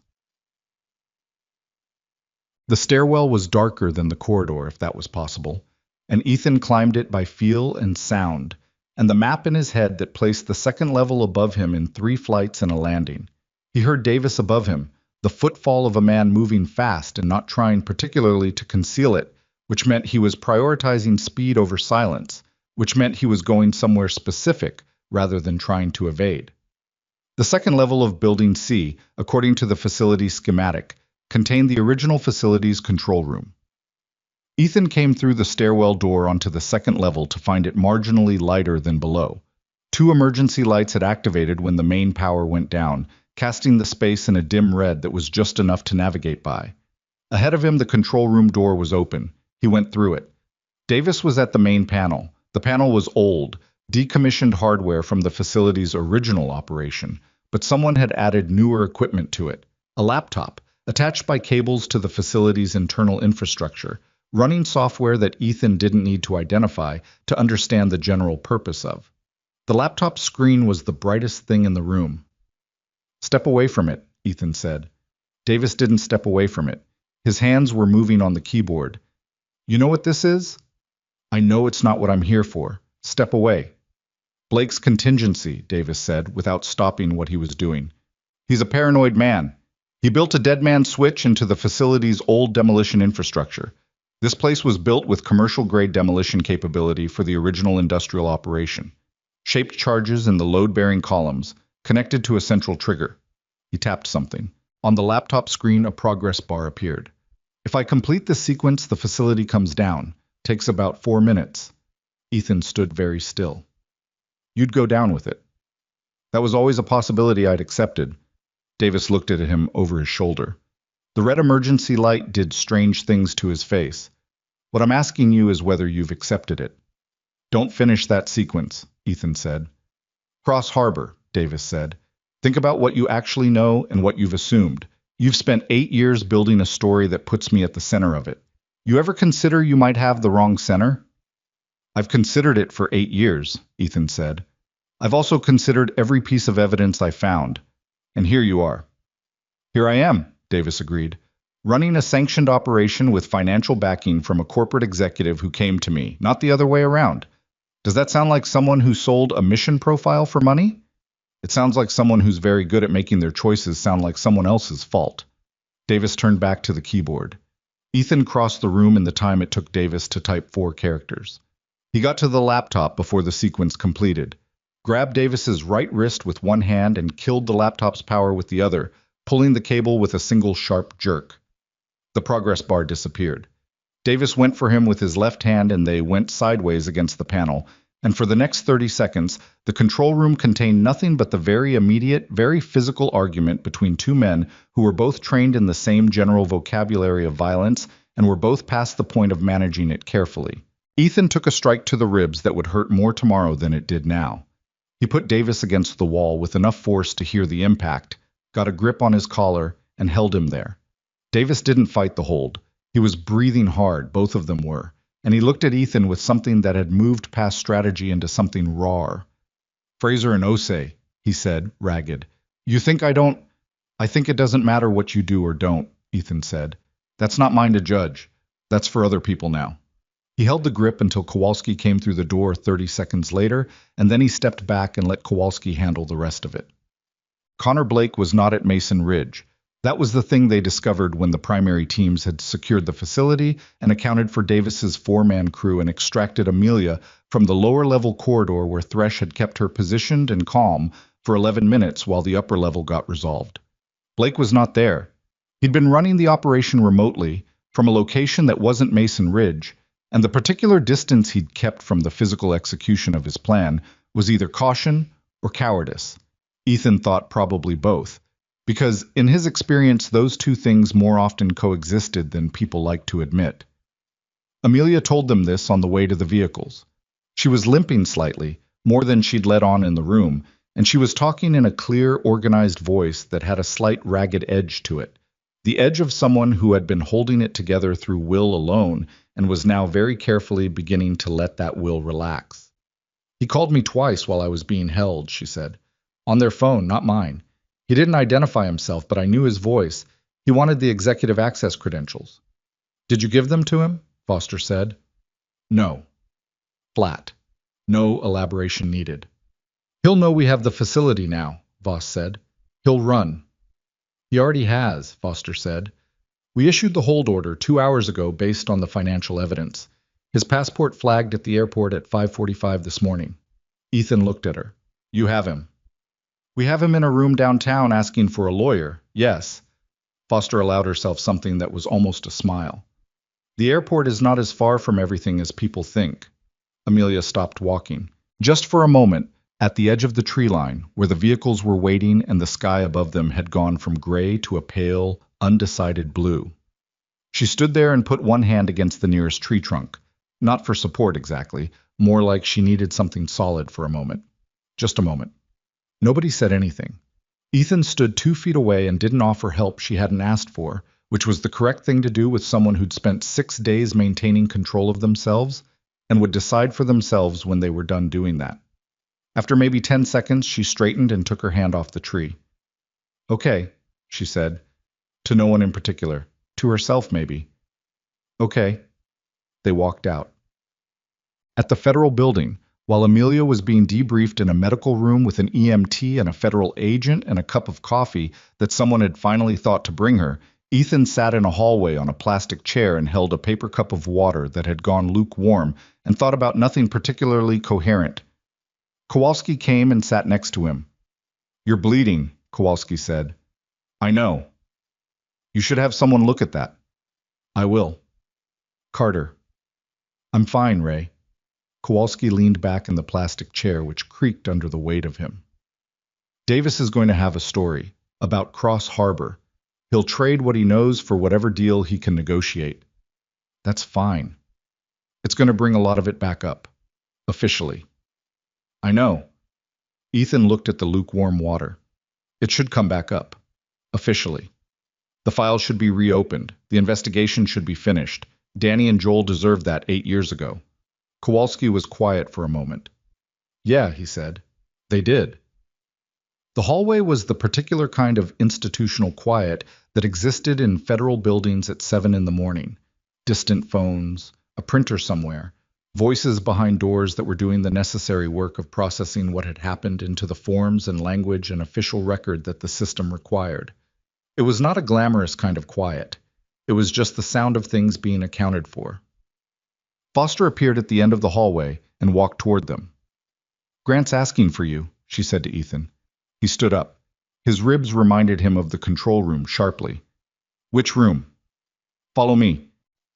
He followed her down the hallway, past 2 closed doors, to a room where Amelia was sitting on the edge of a cot with a bandage at her hairline and a blanket around her shoulders that she hadn't pulled tight, just draped, the way you wore something when someone offered it to you, and refusing seemed more complicated than accepting.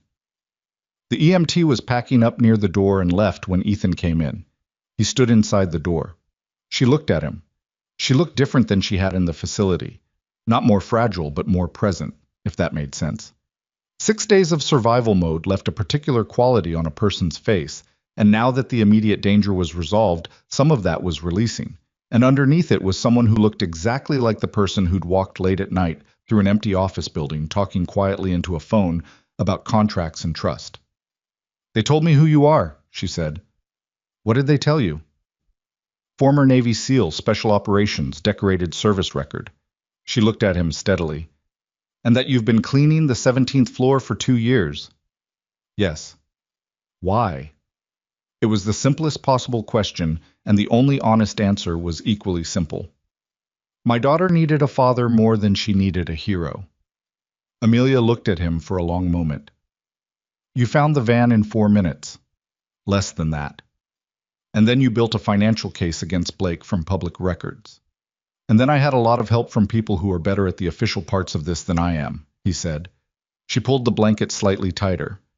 "I'd been building a case against Blake for 6 weeks. I thought I was being careful." A pause. "Apparently not careful enough. You were careful enough to put everything on an encrypted drive instead of the company servers. You were careful enough to keep the timeline in your head so you couldn't be pushed into moving too fast." He paused. "And you were careful enough to copy a file structure on a tablet they let you use for 6 hours, and to document the guard rotation, and to keep yourself functional and ready to move when we came through that door." She was quiet. "You weren't rescued," he said. "We just opened the door." Something shifted in her face, subtle, the kind of thing you'd miss if you weren't paying attention. Not quite gratitude. More like being accurately seen, which was its own thing. "My ankle needs x-rays," she said, "and I need about 4 hours of real sleep. And then I need to find out what's left of my company and figure out what to do with it." "In that order?" "Approximately." She paused. "The people Blake was stealing from. They weren't abstract. Clients, employees, people who trusted Sterling Dynamics with real things. That doesn't stop mattering because I was the one being held in a room." She looked down at her hands, then back up. "I'm going to need people around me who I can actually trust. The last 8 months have—" She stopped. Started again. "I made some choices about who I trusted that I'm going to be living with for a while." "That's a tomorrow problem," he said. "Yes," she said. "It is." She looked at him. "Thank you, Carter." He nodded once. It wasn't that the words were insufficient. They were the right words, direct and unperformed. It was just that he didn't have the right answer for them yet. And he'd learned a long time ago that the wrong answer to thank you was worse than no answer at all. He left her to the sleep she needed. In the parking lot, 40 minutes later, waiting for a vehicle that would take him back to the city, he called Linda. "Sophie okay?" he said when she answered. "She's fine. She ate a bowl of cereal and drew 4 pictures and told me the correct way to make a drawbridge, which I didn't know I needed to know." A brief pause. "You okay?" "I'm fine. I'll be home in a few hours." "She asked if you called," Linda said. "I told her you would." "I did." "I know." Another pause. "Come home, Carter." "On my way," he said. He stood in the parking lot while the sky continued lightening and the city he could just see on the southern horizon did the things cities did in early morning, went from a silhouette to a shape to a specific particular collection of buildings and streets and lives going about their business with no knowledge of what had happened 40 miles north. His ribs hurt. His hands had a slight tremor from the adrenaline processing out of his system, the way it always did eventually, no matter how well trained you were.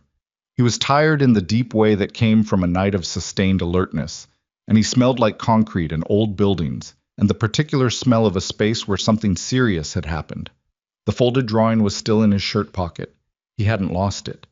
He put one hand briefly over his chest, feeling the edge of it through the fabric, and then the vehicle arrived and he got in, and they drove south toward the city, toward the apartment, toward a 7-year-old girl in mismatched socks who was waiting to hear that her father had kept his promise.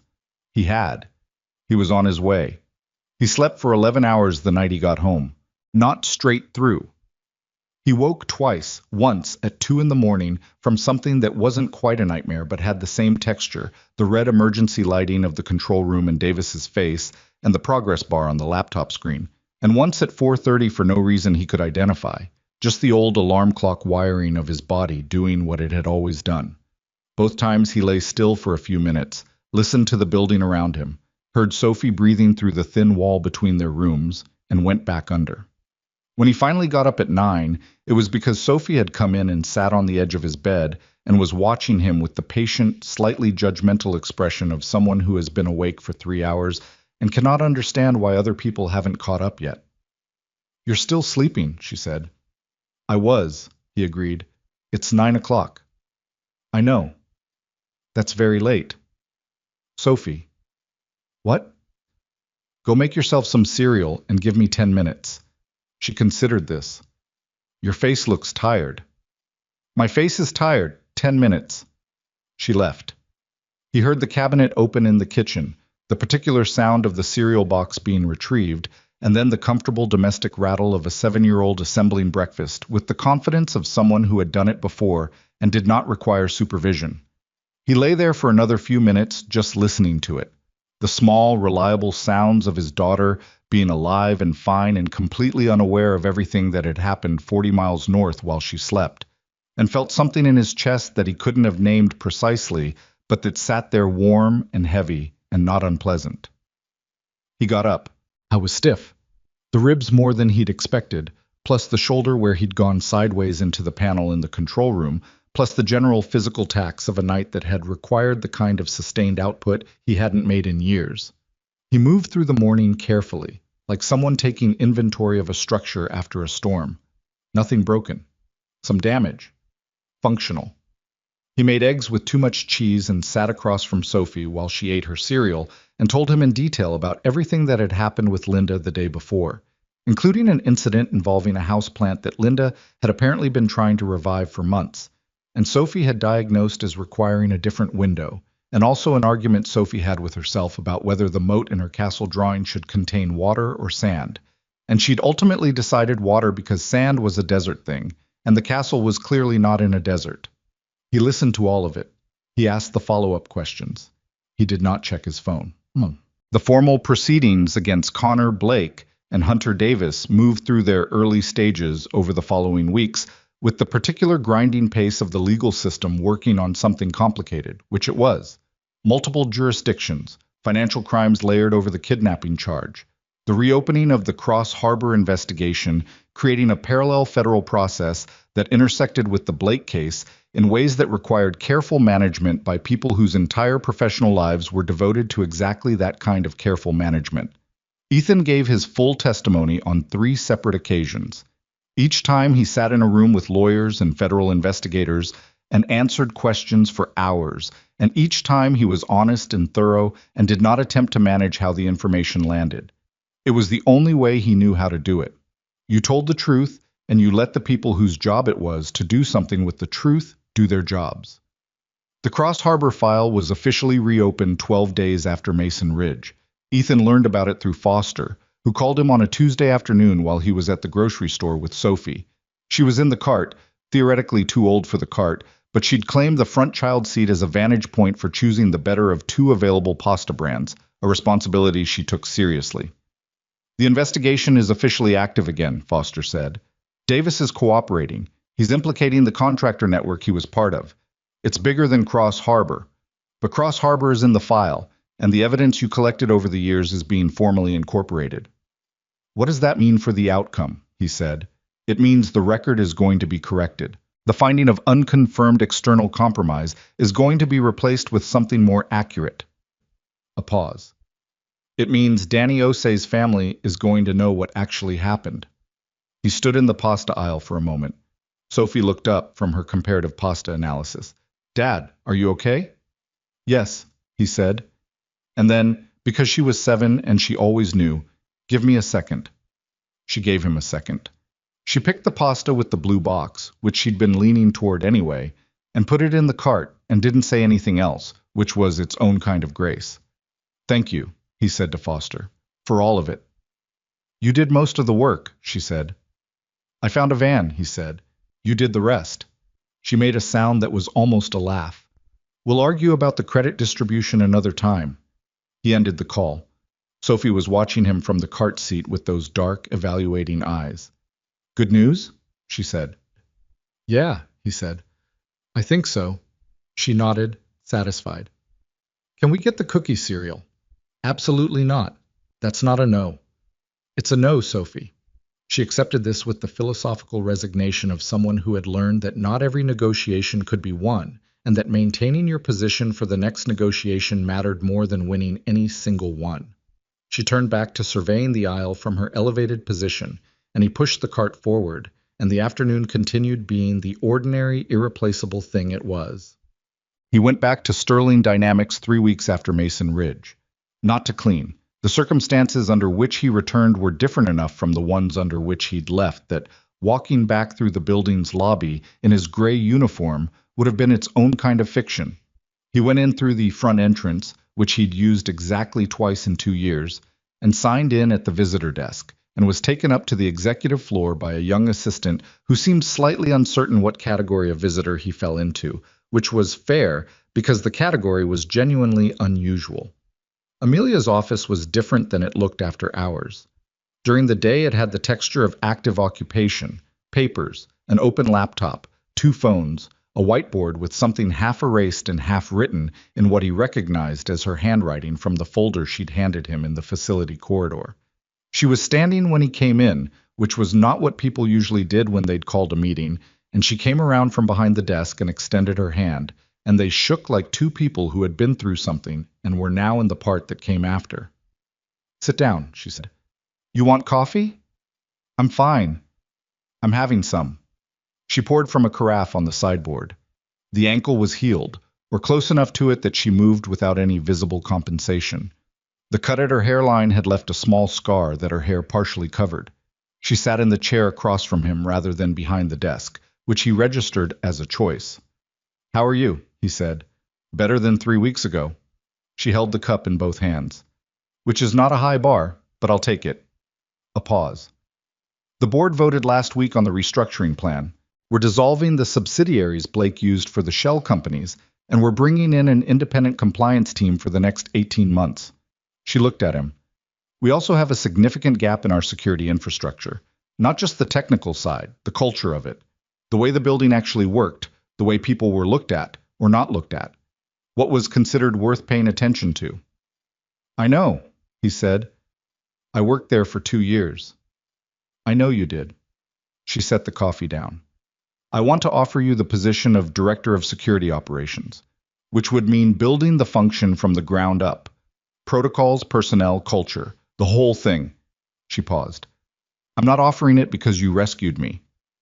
I'm offering it because you're the only person I've encountered in the last year who actually understood what was happening in that building when no one else was watching. He looked at her for a moment. He'd thought about this, had thought about it since Foster first told him Chow had signed off on his involvement, had felt the outline of it taking shape somewhere in the back of his mind. Not quite believing it was real because he'd learned to be careful about the things you wanted before you knew whether you were actually going to get them. I have conditions, he said. I expected that. I need a schedule that puts my daughter first. There will be mornings I can't be in early, and evenings I have to leave by 6. That's not negotiable. Understood. I want full authority over the security culture, not just the technical infrastructure. That means I need access to conversations about how the building actually operates, maintenance schedules, vendor relationships, everything that's considered too small to put in front of an executive, because that's where the problems live. She nodded slowly. I know that now. And I want the night custodial crew's compensation reviewed. All of them. Linda, Denny, Marcus, the whole team. What they're paid does not reflect what they actually do in that building. Amelia looked at him. Something in her expression shifted. Not surprise exactly, but a recalibration. That's what you want to negotiate. That's what I want to ask for, he said. I'm not negotiating. I'm telling you it matters. She was quiet for a moment. Done, she said. All of it. He nodded. Then yes. She extended her hand again. They shook. He told Sophie that night, sitting on the floor of her room while she finished her drawing of the castle. The moat had water in it now, and she'd added a flag on the highest tower, and the drawbridge mechanism had been revised 3 times to improve its structural credibility. I got a new job, he said. She looked up. Not cleaning anymore? Not cleaning anymore. What kind of job? Security? Making sure a building is safe and that people inside it are looked after.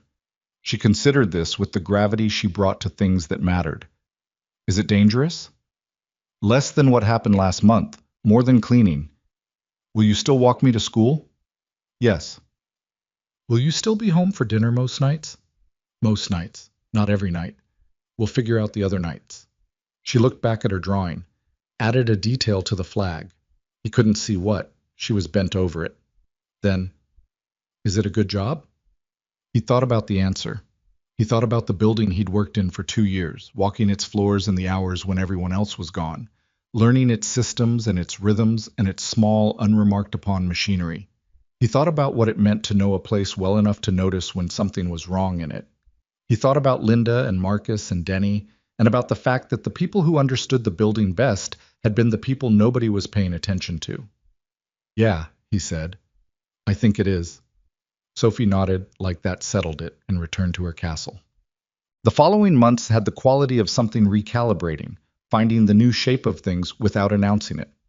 Ethan started at Sterling Dynamics on a Monday in early January, and his first 2 weeks were largely spent doing what he'd done for 2 years, except with different access and different authority. Walking the building, talking to the people in it, asking questions that senior staff had apparently never been asked before. He had a conversation with Carl Briggs, the facilities supervisor, the man who'd assigned him to the executive floors, that lasted almost 2 hours and covered everything from ventilation schedules to vendor access logs to the specific ways in which certain contractors had been given keys that nobody had tracked carefully enough. Carl was initially guarded, in the way of someone who suspected he was being evaluated rather than consulted, and Ethan spent the first 40 minutes just listening, and eventually Carl realized he wasn't going to be blamed for what he hadn't known, and he opened up, and what he knew was considerable. He had a conversation with Patrick Holt, the corporate security chief who'd stood in the parking structure with his arms crossed and managed what could be said. That conversation was shorter. Holt had already submitted his resignation, effective 30 days after the Blake arrest, and he seemed disinclined to add to whatever official record already existed. Ethan didn't push. The institutional failure that Holt represented was a systemic one, the product of a culture that had decided certain people's observations didn't warrant the same credibility as certain other people's opinions, and correcting that culture was a longer project than any single conversation. He found Denny working a day shift one morning and told him the compensation review had been completed and would appear in the next payroll cycle. Denny stared at him for long enough that it became slightly uncomfortable and then said, "Are you serious?" in a voice that had lost all of its usual ease. "Yes," Ethan said. "Like, actually more money?" Across the night crew. Everyone. Denny sat down on the edge of a supply cart. He was quiet for a moment. "I've been here 2 years and nobody ever—" He stopped. "Man. Okay." He rubbed his face. "Okay. Keep doing what you're doing," Ethan said. "You're good at it." He moved on. Behind him he heard Denny say something, but quietly enough that it wasn't meant to be heard. Marcus heard about the compensation change from Linda and came to find Ethan the following Tuesday on the 14th floor, where Ethan was reviewing the new camera installation with the technical contractor. Marcus waited until the contractor had moved on and then said, without preamble, "You know I beat you at chess the first time we played." "You did," Ethan said, "and then you won every game after that." "Most of them." "All of them." Marcus looked at him steadily. "I always knew you were letting me have that first one." "I was not." "Carter." "I wasn't," Ethan said. "You were better than me that day. I was distracted." Marcus looked at him for a long moment, then made the sound of a man deciding to accept an answer he wasn't entirely sure was true. "You want to play again sometime?" "Yes," Ethan said. "Not letting you win, though." "I'll take my chances," Marcus said, and went back to work. 6 months after Mason Ridge, the Cross Harbor case produced its formal revised finding. Ethan read it in the kitchen at 6:30 in the morning before Sophie was awake, his coffee going cold beside him, the document on his laptop screen. Not dramatic in its language, because official documents never were, but clear in its conclusions. The mission had been compromised by deliberate intelligence manipulation facilitated by Hunter Davis, acting as part of a contractor network with connections to hostile interests.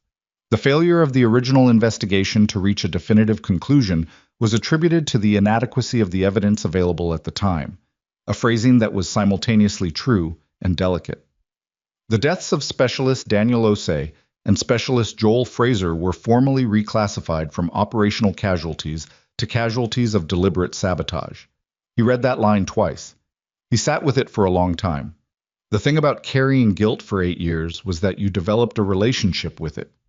It became familiar, and familiar things had weight but also provided a kind of structure. You knew where the edges of it were. You knew how it moved through your days. You knew the moments when it would press harder and the moments when it receded enough that you could go a few hours without its particular gravity. Losing that weight was not, it turned out, simply a relief. It was also a rearrangement. The space where it had been was still there, and it took some time to understand what you were going to do with it. He called Ray Jr., Danny Osei's brother, at 8 o'clock, when he calculated the time zone difference would make it a reasonable hour. Ray Jr. answered on the second ring, and Ethan could tell from the sound of the call that he was outside somewhere, wind in the background, a life in motion. "I saw the finding," Ray Jr. said, before Ethan could say anything.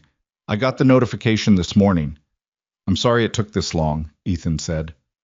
"Carter." A pause. "Danny's been gone for 8 years. The finding doesn't change that." Another pause. "But it changes what we know about it, and that matters." His voice was steady, the way a person's voice was steady when they'd done a lot of processing before the phone call, and were now in the part where they could speak about it. "My mother wants to know. She asked me to ask you. She wants to know if you're okay." He had to be quiet for a moment. Danny Osei's mother, who had lost her son in an operation that had gone wrong for reasons she hadn't known, and that Ethan had spent 8 years blaming himself for, was asking if Ethan was okay. "Tell her I'm working on it," he said, "and tell her I'm grateful." "She knows," Ray Jr. said. "She's always known." He didn't know what to do with that, so he held it and said he'd be in touch and ended the call, and sat at the kitchen table for another few minutes while the apartment remained quiet around him. Sophie found him there when she came in for breakfast. She didn't say anything at first. She got her cereal, got the milk, sat across from him. Then she looked at him, the way she always looked at him, when she'd already made her assessment and was just waiting for him to catch up. "You okay?" she said. 7 years old, and she'd been asking him that with real diagnostic intent for at least 2 of them. "Better than I've been in a while," he said. And it was true, in the complicated way that true things usually were, not simple, not complete, but accurate. She nodded and ate her cereal. The security center opening was on a Saturday in late October, which put it far enough into autumn that the light had that quality of clarification it got in fall. Everything more exact, the shadows longer and sharper, the sky a blue that didn't occur in other seasons. Sterling Dynamics had converted 2 floors into a modern security operations hub, with a training center adjacent to it, and the opening was an internal event, not a press thing, not a public event, just the people who worked in the building and some city officials and a representative from the federal task force, which turned out to be Foster, who arrived 15 minutes late in a coat that was slightly too light for the weather and accepted a cup of coffee with the gratitude of someone who had not had time to make their own that morning. Sophie was there because Ethan had told her she could come, and because Linda had offered to keep an eye on her during the formal portion, and because Sophie had requested to attend with the directness of someone who had decided she had standing in this matter. She wore a blue dress she'd selected herself and her good sneakers, which was a compromise they'd reached. Dressed for the occasion, comfortable shoes because she had opinions about shoes. And she sat through the short formal program with the engaged patience of a child who was genuinely interested in the proceedings and not just tolerating them. Amelia spoke briefly. She talked about what the company was building, not in the corporate language of official events, but in the language of someone who had spent 6 days in a room thinking about what actually mattered and had come out the other side with a cleaner answer than she'd gone in with. She talked about the people who understood the building best, being the people who'd been invisible inside it. She didn't use Ethan's name at his request, but she didn't obscure what she was talking about either. When the formal portion ended and the room shifted into the looser configuration of a gathering where people were moving around and the coffee table was doing more business, Sophie found Ethan near the window and pulled on his jacket sleeve. "Are you a hero?" she asked. He looked down at her. She was looking up at him with the expression she wore when she was asking a real question rather than a performative one, fully present, fully serious, waiting for an answer that she would actually think about. He crouched down so they were at the same level. "No," he said, "but you helped that lady." "Yes." "And you found out that the bad people were bad." "Other people helped with that part." "But you started it." He thought about the parking structure, about the moved camera and the piece of nylon webbing and the tire marks in the dust. He thought about Gary at the security desk saying, "I'll send a note to the morning team." He thought about the particular experience of being the person in the room whose observations don't register, whose presence doesn't compute, who exists in a category that the people around them have decided doesn't require serious consideration. He had spent 2 years being invisible in that building, and the invisibility, which had felt like a cost, had turned out to be a kind of knowledge, the knowledge of what a place looked like when nobody was performing for it, when the seams showed and the systems ran on habit rather than intention, and the gap between what an institution said it was and what it actually was became visible to anyone patient enough to look. He hadn't planned it that way. He'd gone there to disappear, and what he'd found instead was that you couldn't actually disappear. You just changed what you were visible to. "I was just someone who was paying attention," he told Sophie, "when it mattered." She thought about this with the focused consideration she brought to things that deserved it. "Is that enough?" she said. "Sometimes," he said. "If you do it right, sometimes that's the most important thing there is." She seemed to weigh that, turning it over. Then she leaned forward and hugged him, which she did sometimes without warning and always with her full attention, the complete commitment of a small person who had decided that this was the moment for it. He hugged her back. Over her shoulder he could see the room, the people moving through it, the officials talking to Amelia near the window, Foster standing to one side with her coffee and her slightly too light coat, Marcus in the far corner talking to someone Ethan didn't recognize with the measured confidence of a man who had always known his own value, regardless of whether the institution he worked for had caught up to that knowledge. Linda was near the coffee table, in conversation with 2 women from the day administrative staff, laughing at something with the ease of a person who was entirely comfortable wherever she happened to be standing. Ethan had spent 11 years in a life that was defined by extreme clarity of purpose. The mission, the team, the objective. The cost of that clarity was high, and he'd paid it, and then the clarity had been taken from him in a night that ended in loss and didn't resolve cleanly, no matter how many years he spent trying to resolve it. What he'd found afterward was something quieter and less certain and more complicated, and also, he had come to understand, more honest about what life actually was.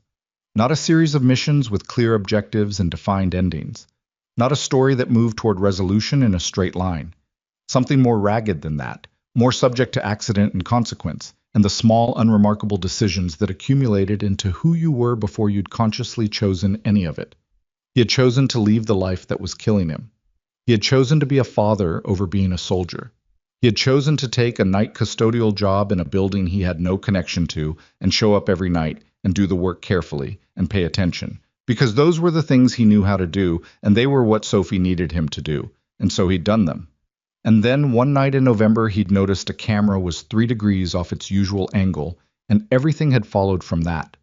You couldn't plan for the moment. You could only be ready for it by being, in all the smaller moments that preceded it, the kind of person who was paying attention. That was the whole thing, he thought. That was the part that nobody advertised because it wasn't dramatic, and it didn't make a good story until after the fact. You showed up, you did the work, you stayed awake when it was easier to tune out. And eventually, because the world was exactly as complicated and broken and full of hidden connections as you suspected it was, that attentiveness would matter in a way you hadn't anticipated and couldn't have predicted. Or maybe it wouldn't. Maybe you just paid attention your whole life and nothing dramatic came of it, and what you got instead was a thorough knowledge of the particular world you moved through and the people in it. That wasn't nothing. That was actually quite a lot. Sophie pulled back from the hug and looked at him. There was something on her face that was too complex to name, love, and the beginning of something more adult than love, some growing understanding of who her father was and what he'd been carrying, assembled from years of small observations and careful listening. "You should probably go talk to people," she said. "It's your party." "It's not my party." "It kind of is." She straightened his jacket collar, which had gotten displaced during the hug, with the matter-of-fact competence of someone who had decided this was her responsibility. "Go." He stood. Amelia was crossing the room toward him. She'd finished with the officials and had her coffee and was navigating the space with the particular directness she brought to everything, moving toward what she'd decided to move toward without a lot of negotiating with herself about it. Foster had spotted him and was making her way over too. Near the window, Kowalski, who'd shown up unannounced 20 minutes into the event and helped himself to 3 cookies from the refreshment table, raised his coffee cup in Ethan's direction in the gesture that served as both greeting and toast. Sophie drifted toward Linda, who welcomed her into the conversation with the natural ease of a woman who always had room. Ethan stood in the center of his own life, imperfect, unresolved in the ways that things stay unresolved, carrying what he was always going to carry, but carrying it differently now. The way you carried something when you'd finally accepted that it was yours and stopped fighting the weight of it. He had not saved anyone heroically. He had noticed what other people walked past. He had refused to be dismissed when dismissal was the path of least resistance. He had been a father first, in every calculation, and he had walked back into the fire when the fire required walking into, and he had come out the other side with his ribs bruised and his hands slightly unsteady, and a small folded drawing still in his jacket pocket because he had not been ready to take it out yet. He thought it would be a long time before he took it out. Maybe he wouldn't. Maybe he'd keep it there until the paper wore through. A small piece of a particular morning in a particular kitchen with a daughter who had pressed it into his hand and said, "This is so, you remember what you're coming back to." He had remembered. He had come back. That was in the end the only part of the story that had ever really mattered to him. Not the mission, not the resolution, not whatever piece of him had been restored by the official record being corrected. Those things mattered. But they were not the weight in his chest when he looked at Sophie talking to Linda with her good sneakers and her blue dress, and her castle with its water moat and its improved drawbridge. That weight was simpler than any of the rest of it. That weight was just love, and it had been there all along, and it was the only thing he had finally come to understand that had never needed him to be anything other than exactly what he was. He walked toward Amelia and Foster, who had arrived at the same point from different directions and were already talking, and he joined them, and the afternoon continued.